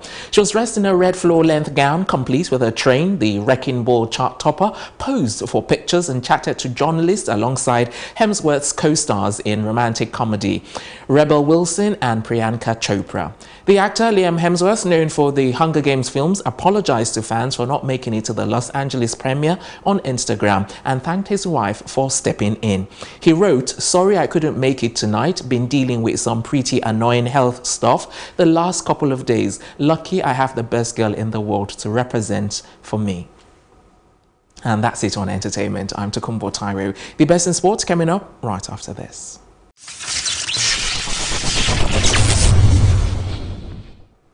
NBA All-Star power forward Chris Bosh is expected to announce his retirement from the game of basketball. The 35-year-old has not played a basketball game since 2016 due to blood clots in his lungs. After halting a recent comeback attempt, Chris Bosh is expected to officially retire from professional basketball on the 26th of March. Bosh, who signed with the Heat in 2010 alongside LeBron James, will have his jersey number retired by the Heat on the same day. Having been drafted 4th overall by the Toronto Raptors in 2003, Chris Bosh made the NBA All-Star team 11 times in his 13-year career and won 2 NBA championships with Miami Heat in 2012 and 2013. And still talking basketball, according to Forbes, Los Angeles Lakers All-Star forward LeBron James is the NBA's highest paid player for the 5th year in a row, with $88.7 million, the equivalent of £69 million in earnings. LeBron James' income includes a whopping $53 million from off-court earnings, investment in the Blaze Pizza Company, revenue from his Hollywood production company, which is Spring Hill Entertainment, and endorsement deals with Nike, Coca-Cola, and Beats by Dre. Forbes estimates LeBron James' net worth at $450 million. And in Formula One team Renault unveiled its drivers and new car for the 2019 season. The car, called Renault's Livery, will be driven by Daniel Ricciardo and Nico Hülkenberg. Daniel Ricciardo, who made the surprise move from Red Bull, will hope to reignite his career with Renault. Ricciardo's arrival as a 7-time Grand Prix winner will be a major boost for Renault, who returned to the sport as constructors in 2016. Hülkenberg spoke of his... Off the top of my head, without any scientific data to back it, I'd say that we're sitting on a gold mine, okay? And what we've recorded... The government is making efforts, and individuals, Nigerians generally, are they making efforts to create the right space that you mentioned? Okay, so the efforts by especially the government so far are to be commended. There's been a few sound bites from the government that obviously are attracting this FDI and so on and so forth. Now, what kind of sound bites are you talking about? Yeah, well, I mean, things like the passing of a cybersecurity bill. So there's a stance, there's a position of the government against cybersecurity, an official position. And things like that get to give confidence and strength to the sector. Okay? However, there's much more that can be done. And I could go off on a tangent, but we'll come back to that. Isaiah, now talking about much more that can be done. We lived just about 22 hours ago. New York actually beat Silicon Valley as the biggest tech city. Now we have the likes of our computer village in Lagos State. What do you think we should be doing now to tap those areas when we are looking at potentials? Okay, for me, basically, I won't look at the government aspect. Government has done a lot, but let's leave government for now. Technology drives itself, you know. So if you're in technology and you know what to do, I don't think, like you said something about regulations, but regulations don't get to the end user. Now, imagine I'm a developer, but say, and I build websites. Now, there are no regulation that stops me from making so much money. And now I have a company, I pay tax, okay, I'm putting back. Now there's a lot of the organizations that don't have like websites, that corporate, looking at the corporate space as well. There are a lot of organizations that want to now use technology to drive what they do. People like that, and then there are people that have this knowledge that can, Nigerians basically, that can do these implementations to handle integrations for them. Okay, now technology is a driver, not necessarily when it comes to when you have to do with frameworks, like he has said. Technology drives itself. Okay, let me ask this question. Internet. Let me ask like a very, very layman. Internet is a key driver of technology, right? And there is this in 2017. I don't know if there's a latest statistics, but the most recent I could find was that by carried out by the Internet World Stats shows that the internet penetration in Africa is at 31%, lower than any other in any other country, in any other continent. Is that true? And should we worry about this if we're talking about the potentials that we can gain from? Okay. Let me, not necessarily, because now about 10 years ago when internet started, the penetration was faster. Now, in Nigeria, people start adopting a lot of, okay, let me go to GSM. You know, when at the advent of GSM, we embraced it. A lot of people started getting phones. And it was, imagine MTN. I don't know if I'm supposed to, if I can mention. No mention of names for telecommunication giants. Giants, came in. You imagine the returns they made in less than like about a year. You know, people drive technology. You know, we embraced it. Even sometimes we didn't even understand. I knew when I bought a phone, I bought a line for about 15,000 naira. 15,000. Roger that. There are some people that bought for 10 something. And you know, some people bought for 10 sometimes. Sometimes they bug off, buy one get one free. People were buying two phones. You know, the presentation was amazing. But after a while, you notice a lot of people started using this phone. So I think in the last 2 years, it looked like it has dropped because we have a lot more people using technology. Yeah, I think you didn't quite get the question I was asking. Okay. Internet access, yes. We're saying it's at 31%, lowest among many continents. Should we worry about this? You've just talked about the huge potential that's available, people buying smartphones and all of that. Should we worry that we're just, let me take that question to you, though. Should we worry that we're just at 31%? That is, if we're agreeing with the stats provided by the Internet World Stats. Okay. Caveat, if we agree with the stats. I think that though that statistic looks like a high-level aggregate, which when you drill down into the regions and/or countries in Africa, you may find different realities. So 31% for the whole of Africa, 50 countries, 1 billion people, may look not unimpressive.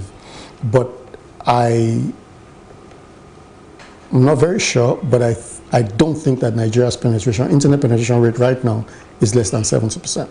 I don't think so. Okay, so just for the purpose of discussion, if you then think of that, you then see that the realities across different regions and/or countries in Africa has to be different in terms of how you apply or how you leverage this internet access to better people's everyday lives. Having said that, let's take the barest minimum as let's say that the 31% is actually the case everywhere. You would then cast your mind back to runaway successes like the USSD financial inclusion use cases that we've had recently. And you see how people have been able to, that's in Nigeria.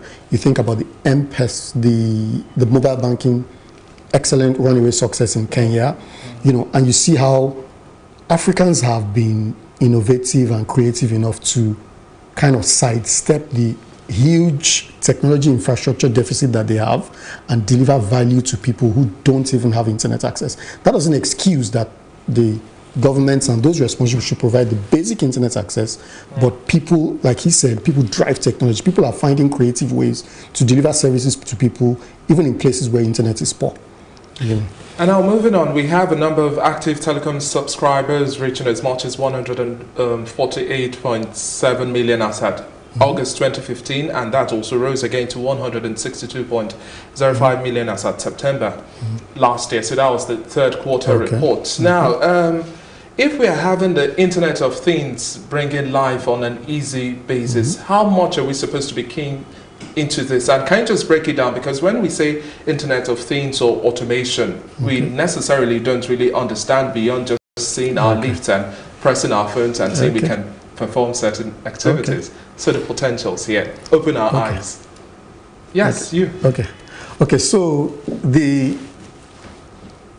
are a lot of exciting emerging technologies these days, and you've mentioned one of them. Very, very, I mean, it evokes great emotions whenever it's mentioned. Internet of Things. Essentially, Internet of Things is the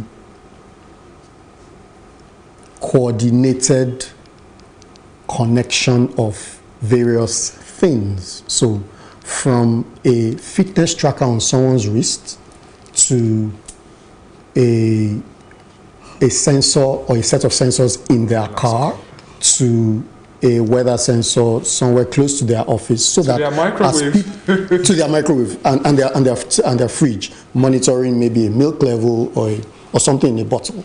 So what providers are trying to do now is to study the average consumer's everyday path through their life as they wake up in the morning, pass through their bathroom, pass through their kitchen, to their car, to their office, and back.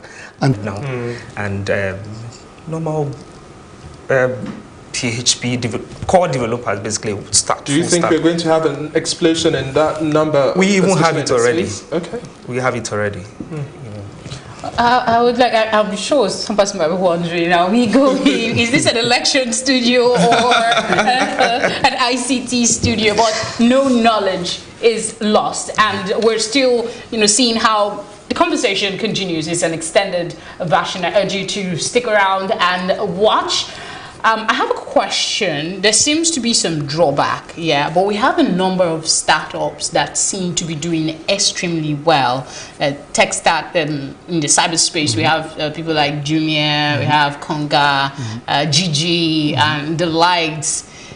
Do you think they are going to grow, or there is a lifespan for that after a while to expire, to grow, maybe to be like stuff like Alibaba that we have, and others? There is that worry that the drought in infrastructure might somehow eventually affect these tech startups.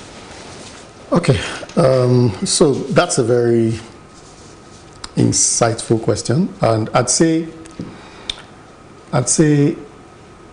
for these startups, they deserve, first of all, commendation for the audacity to want to operate in these climes, okay, despite the conditions.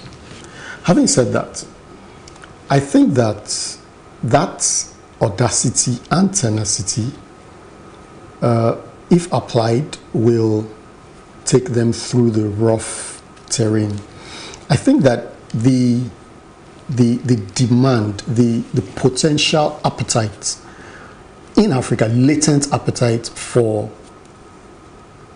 consumption of digital electronic technology services by the average African consumer is so huge that if we as indigenes fail to capture it, people will come from outside, from other continents, and come and capture this value. So I mean, if there's any of these startups that's facing tough times, I'd urge them to keep at it.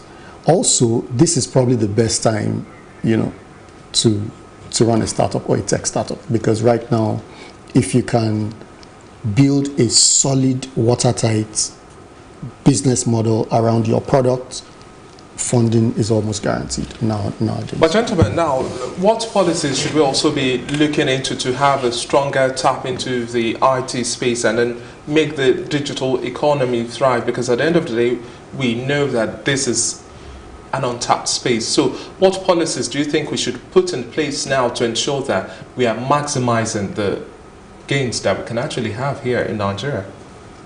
Okay. All right. Two come to mind very, very, very readily. One is setting computer science and its related courses and subjects as a special priority subject in our education curriculum. It has been said many times in many places that the equivalent of basic literacy today, the ability to read and write, okay, will be the ability to write code in the future. So the kids of today who are in nursery and primary school, by the time they are adults, if you don't know how to code, it will be like someone today who doesn't know how to read and write. That's how integral coding or programming, software development is going to be woven into our lives. Therefore, if the rest of the world has started to move in that trend, we can't afford to have Nigerian kids today in 2019 by 2059 not be relevant in that age. So I very much advocate and strongly, suggest that should be set as a special subject. The second thing I always say is that please, please, please give tech startups some kind of tax incentive. It's extremely difficult to realize the kinds of commercial value that the equivalents of our tech startups over here experience in other continents.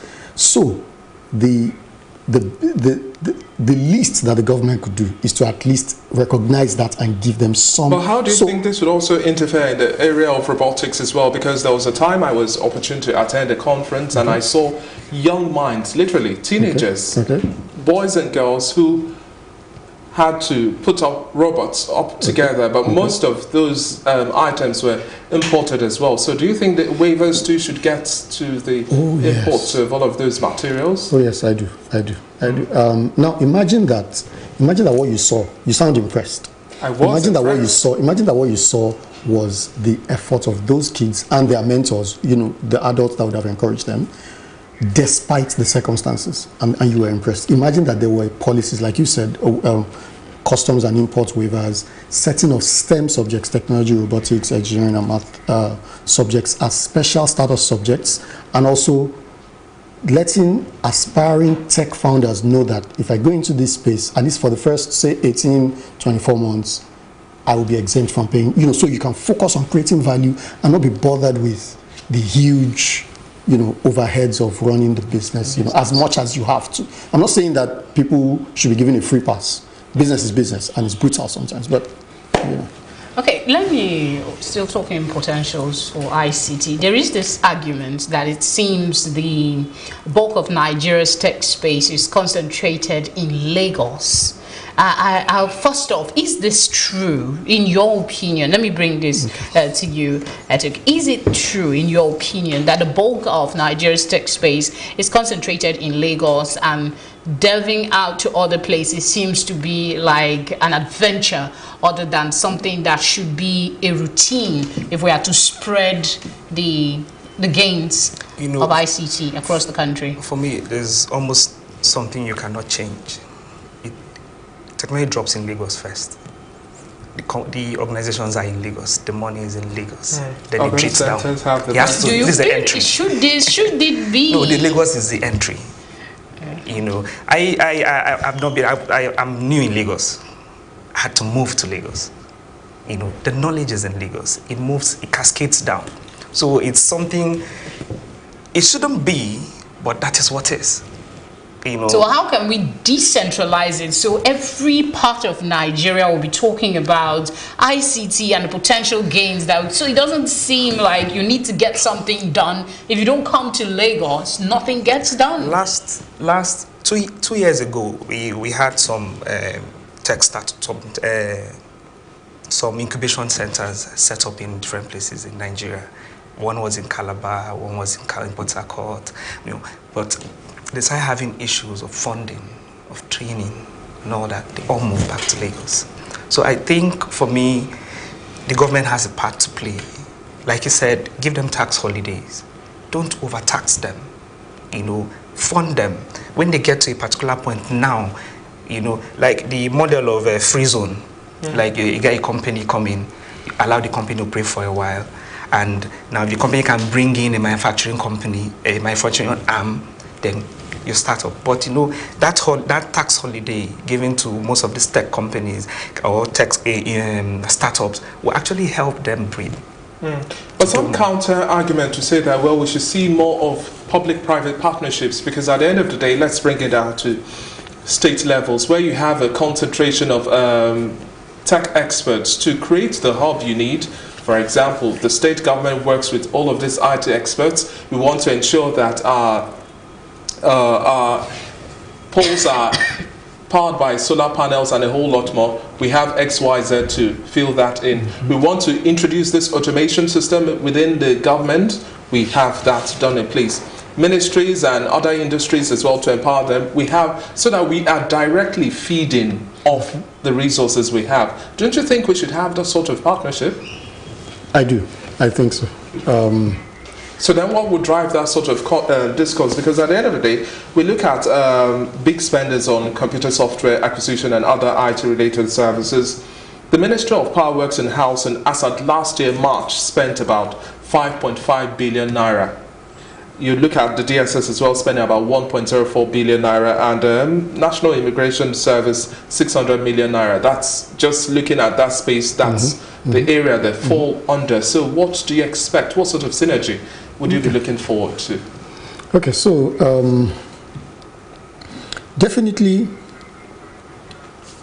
I think that the way forward, like you said, is to establish synergies between the local employers, the local communities, okay, in each region or state. I'm trying hard to talk about all this without referring to some information that I'm privy to regarding the last question. So, yeah, so please permit me. Okay. So yes, about 2 years ago there was a dearth outside Lagos. In fact, it was just outside Lagos. You know, there was practically no other hub or really buzzing hub. But between then and now, I know a few that have come up, and it has come about, which underscores your points. It has come about via a coordinated synergy between the federal government, the office of the vice president. There's this initiative to establish innovation hubs in each of the 6 geopolitical zones, and the private sector. I happen to have worked for one of them in the past, a company that now has an innovation hub, and they've done well over the last 2 years, in incubating some startup companies. They are not out of the woods yet, so it's critical to highlight the points that Mr. Etuk mentioned earlier. They're not out of the woods yet, but with this synergy between the federal government, like I said, the Office of the Vice President, and these private sector participants in each of the 6 zones, there seems to be some progress.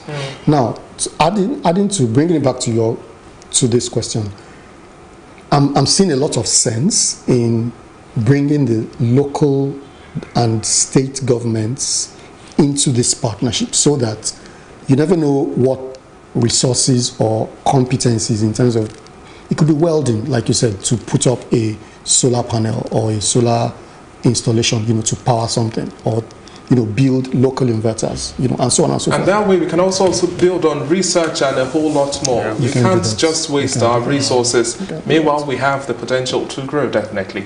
Isn't it, gentlemen? Thank you, gentlemen. We have to pause here. The conversation on technology continues. In the next segment, we'll be looking at tech and elections. Hopefully you will stay with us to learn as much as we have learned as well. Thank you very much. We've been speaking with Idowu Akinde, is an IT expert, as well as Isaiah Etuk. It's been a pleasure speaking with you and sharing your thoughts. Remember to follow all of our conversation at Plus TV Africa, that's on Facebook, Twitter and Instagram. And you can also watch us live at Plus TV Africa, that's on YouTube.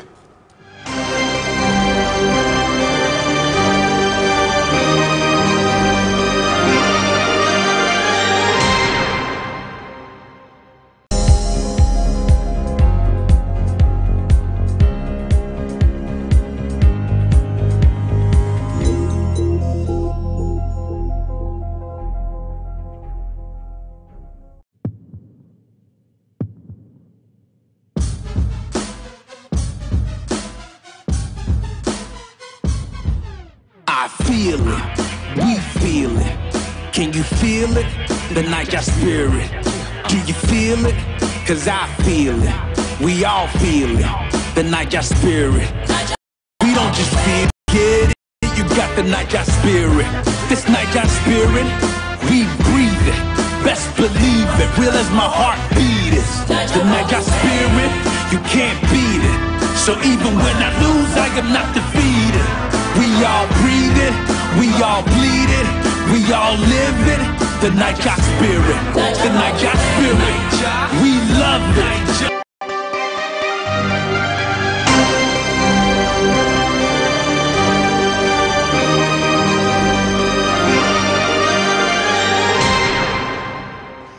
Very glad you're still with us. This is the Election Studios as a testing ground. Are we ready for such technological advancement and use in our election, basically? I think generally it's going to take time, okay? Very much like everything else. It's going to take time before we assimilate.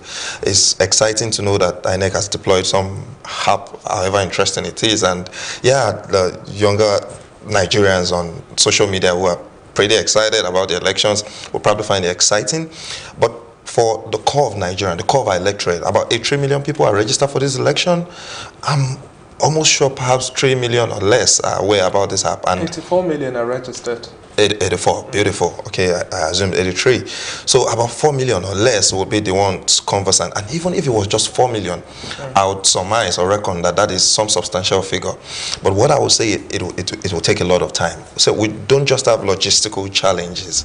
We have what I'll call infrastructural challenges. And yeah, while I agree with some of the points raised by confidence, I would have to say that there are some things you can't deny, which is the fact that in technology, one of the issues we talk about, you know, when she was introducing herself before she started, is what we call environmental factors. You can't deny. So you can have a technology that is tried and tested in another environment. If it gets here, it's a whole new ball game. So when you talk about infrastructure, could you break it down? What kind of infrastructure are you talking about? Is it roads? Is it power? What specific infrastructure? I'll give you perfect example. I was sharing an experience in December, and for the first time in a while, I'm not a big traveler anyway, and if I'm traveling city to cities, but I needed to get to Idan. I traveled to Abuja on a Sunday, and I needed to go to Lokoja. And from Lokoja on the Monday to Ida, which is supposed to be like 2 or 3 hours, within that time span, there were more than 60 minutes of those time where I didn't have connectivity to call, not to connect to the internet. There was no connectivity to call.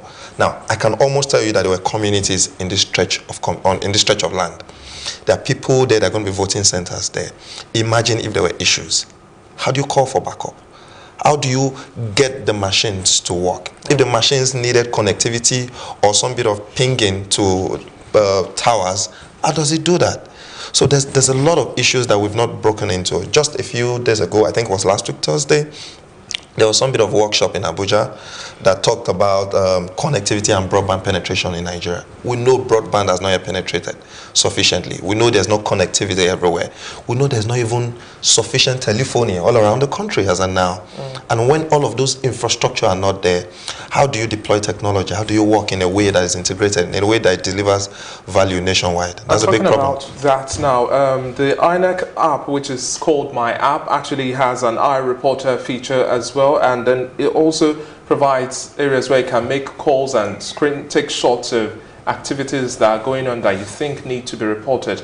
But another school of thought have argued that one of the lapses they will be highly disappointed with INEC is the fact that if they don't have live updates on this app, because at the end of the day you download an app to ensure that it works. So how much of an anticipation do you think the Nigerian populace is expecting INEC to deliver, irrespective of whatever challenges we are having? But if INEC comes up with that app, it must function. So having timely updates as the election is going on, especially at collation centers as well. I totally agree with the live updates, especially because it's going to kind of work against fake news during the elections. I know that during last year's 4 years elections, people were releasing polling results that were not were fabricated, you know, and it was causing a lot of other issues around, okay, this is not real, this is real, especially on platforms like Facebook and all of those.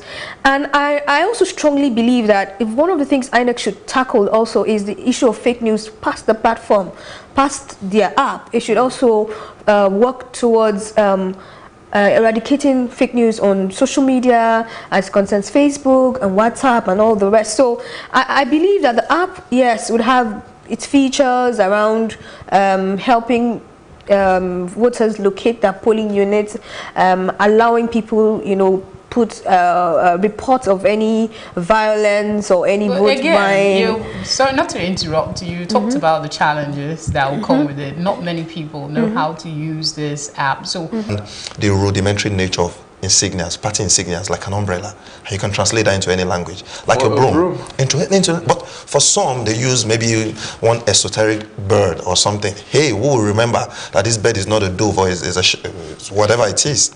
So the literacy level of our people Beyond that also, what I said first time, infrastructure is a big deal. For you to deploy technology nationwide across a wider spectrum, and you want it to integrate, to monitor, you need a lot of infrastructure to be able to deliver that. All right, let's take a look at something else. Internet, online voting. David mentioned it earlier when we started. In the United States, for instance, we know about, I'm not sure which of the elections now, but about 32 states offered online voting, and this was collated quite easily. Where are we?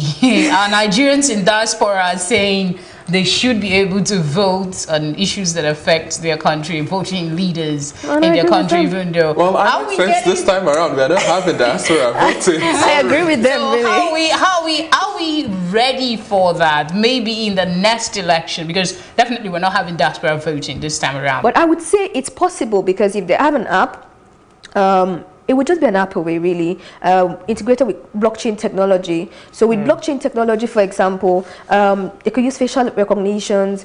Of course, it would be done with a smartphone, so you can use thumbprint to also register and also validate the registration and vote from wherever you are. But there's this worry by security experts that this system could be hacked. It could be compromised. Compromised, and you will not know until the officials have been voted in. Wouldn't that sort of generate another I have two things around that to say. First is, we usually had this school of thought around online banking 10 years ago, for example. But do you really think about that now? Nobody does. Yes, so I think it's a progression of technology, and you get comfortable with certain things over time. Secondly, if you have an audit process that allows you to audit what has been done electronically, and also have, remediation, where if you found that there were issues around the previous election, you can overturn the results even if the person is already in office. So if you have those two in place, I think it will just work like online banking, where 10 years ago it was like, oh, I can't really think about sending money, transferring such amount, and now we're just so fine staying in our houses or causing out. Yes, and just making transfers. Well, you wanted to say something? Well, my perspective would be that voting or elections is just another subset of life. It's just one of it. I'm sure there's all the buzz right now, and in the next few months, we would face politics and real life issues that never ends. Elections come once in 4 years.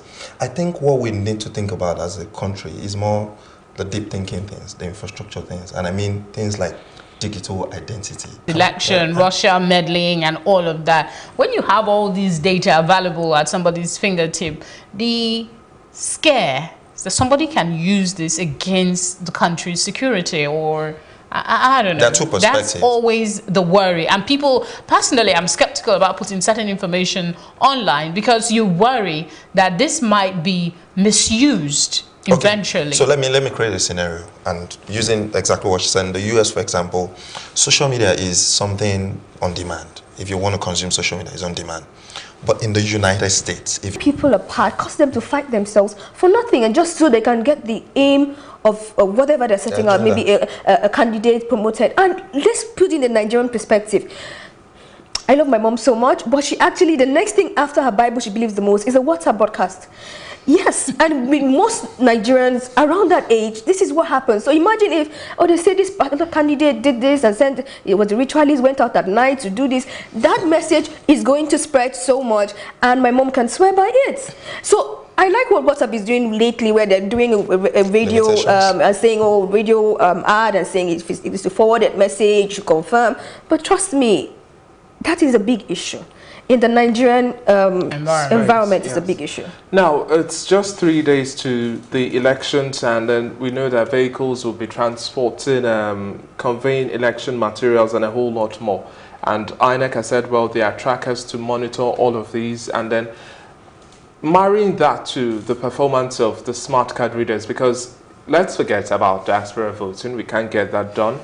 Let's forget about online voting, we can't necessarily get it done at the moment. For now.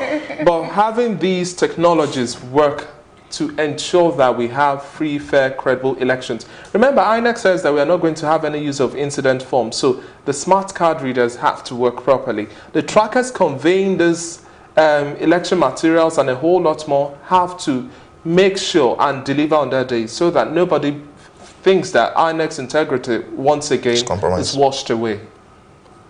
Far past putting trackers on the what's it called again, on the voting materials, on the cars conveying them.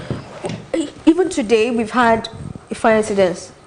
Yesterday there was one, there's another one today. So I think it's also around beefing up security, honestly. Beefing up security around the polling materials being deployed, and if possible, having a lot of surveillance around, will I say, troubled areas. Because there's some areas where you see a lot of people might have smartphones to report, like they've currently done, but if you're deploying a lot of technology, you should have backups. So I don't agree with them having taken out the incidence forms, because like he said, there'll be some places where people cannot actually report that they have issues with these materials if they do not have an incidence form to fill, for example. So taking that out, I don't exactly think we're mature enough for that time, you know. But there should be a backup of a backup of a backup where we live now, because say power is a big issue. I know that.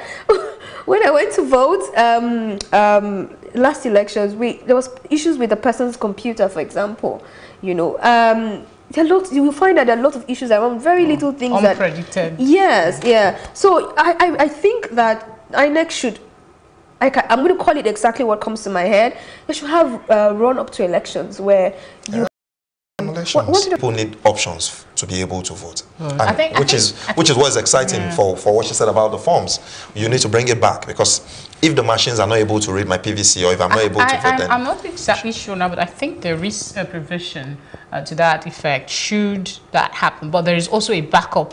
There are also a backup machine, card readers.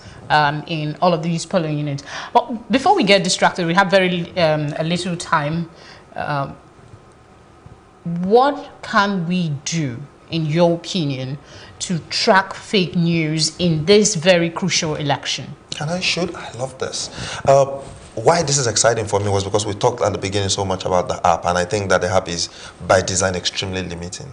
It communicates the fact that people, they need to have smartphones. In Nigeria right now, there are only 36 million smartphones, and I can tell you those 36 million smartphones, they're in the hands of less than 20 million. I know, because I carry 2 or maybe more, and maybe all of us on this table carry more smartphones. Okay, now let us to the intelligentsias, who are maybe less than 5% in my opinion. So the guys who are going to vote, the guys who are at the polling booths, they need to have access. So right now, what happens in banking?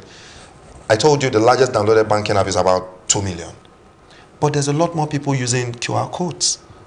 Okay, so we need to think about QR codes. We need to think about technology that brings in a lot more people, not seclude them. That will be my your thoughts? I would say yes. I totally agree. I was thinking along the lines of that. But it won't happen with government standing by themselves. I think it will be an ecosystem that needs to be created with the tech community, especially telcos, that play such a huge central role. Even the woman who is in the farm in rural Nigeria might have a small palasa phone, you know, where she can do her star something. You know, I think so. There should be that marriage and synergy that allows easy dissemination and of information that is correct to people, maybe in the shortest possible way. I also believe that we shouldn't neglect the key players, like the religious leaders, influencers. The influencers. We should not neglect the chiefs, the local chiefs. We should come together in such a way that information can be shared with them, in such a way that they can always disseminate it in a way that goes down to people who might not necessarily own a phone. So I think we should go on and offline to tackle fake news, and then of course work with the giants like the non-indigenous giants like Facebook and WhatsApp to really fire on with the campaigns and educate people, because another key thing we need to do is educate people's minds. If people can sit back and first say, wait, let me look at this and really read it and really analyze it and process it before you start jumping. Let me use a very typical example. When there was Ebola, you know, and people, you know, talked about drinking salt, you know, and people were dying. It was just because of not being able to analyze, because people were not educated enough. So I think it's around educating people and educating people and educating people. All right, I must say thank you very much. I mean, you've given so much information today on the program. We're very glad to have you, Larry Basanta. He is the head marketing Sigma right? Technologies. And then we also have Confidence Stavely, that enterprise solution architect. Thank you very much for coming. Thank you very much. Thank you. The conversation continues in just a moment, but what are your thoughts on the electoral mobile app? Join the conversation. Let us know what you're thinking on all our social media platforms. We'll take a quick break now and we'll be back with other discussions. Our focus for today is ICT in Nigeria.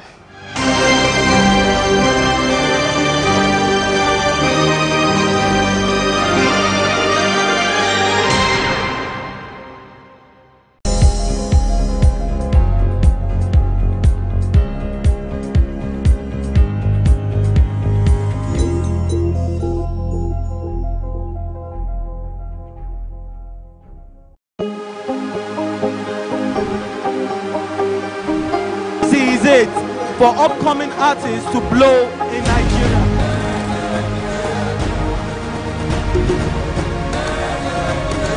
Welcome to Plus Trending. I am Vicky November, your host, saying thank you for joining us on today's episode. Welcome back. It's tea time on Plus TV Africa. Practice makes perfect. I'm not perfect yet, but I'm a lot better than I used to be. He's a king. He's entitled to marry 100 if he wants to.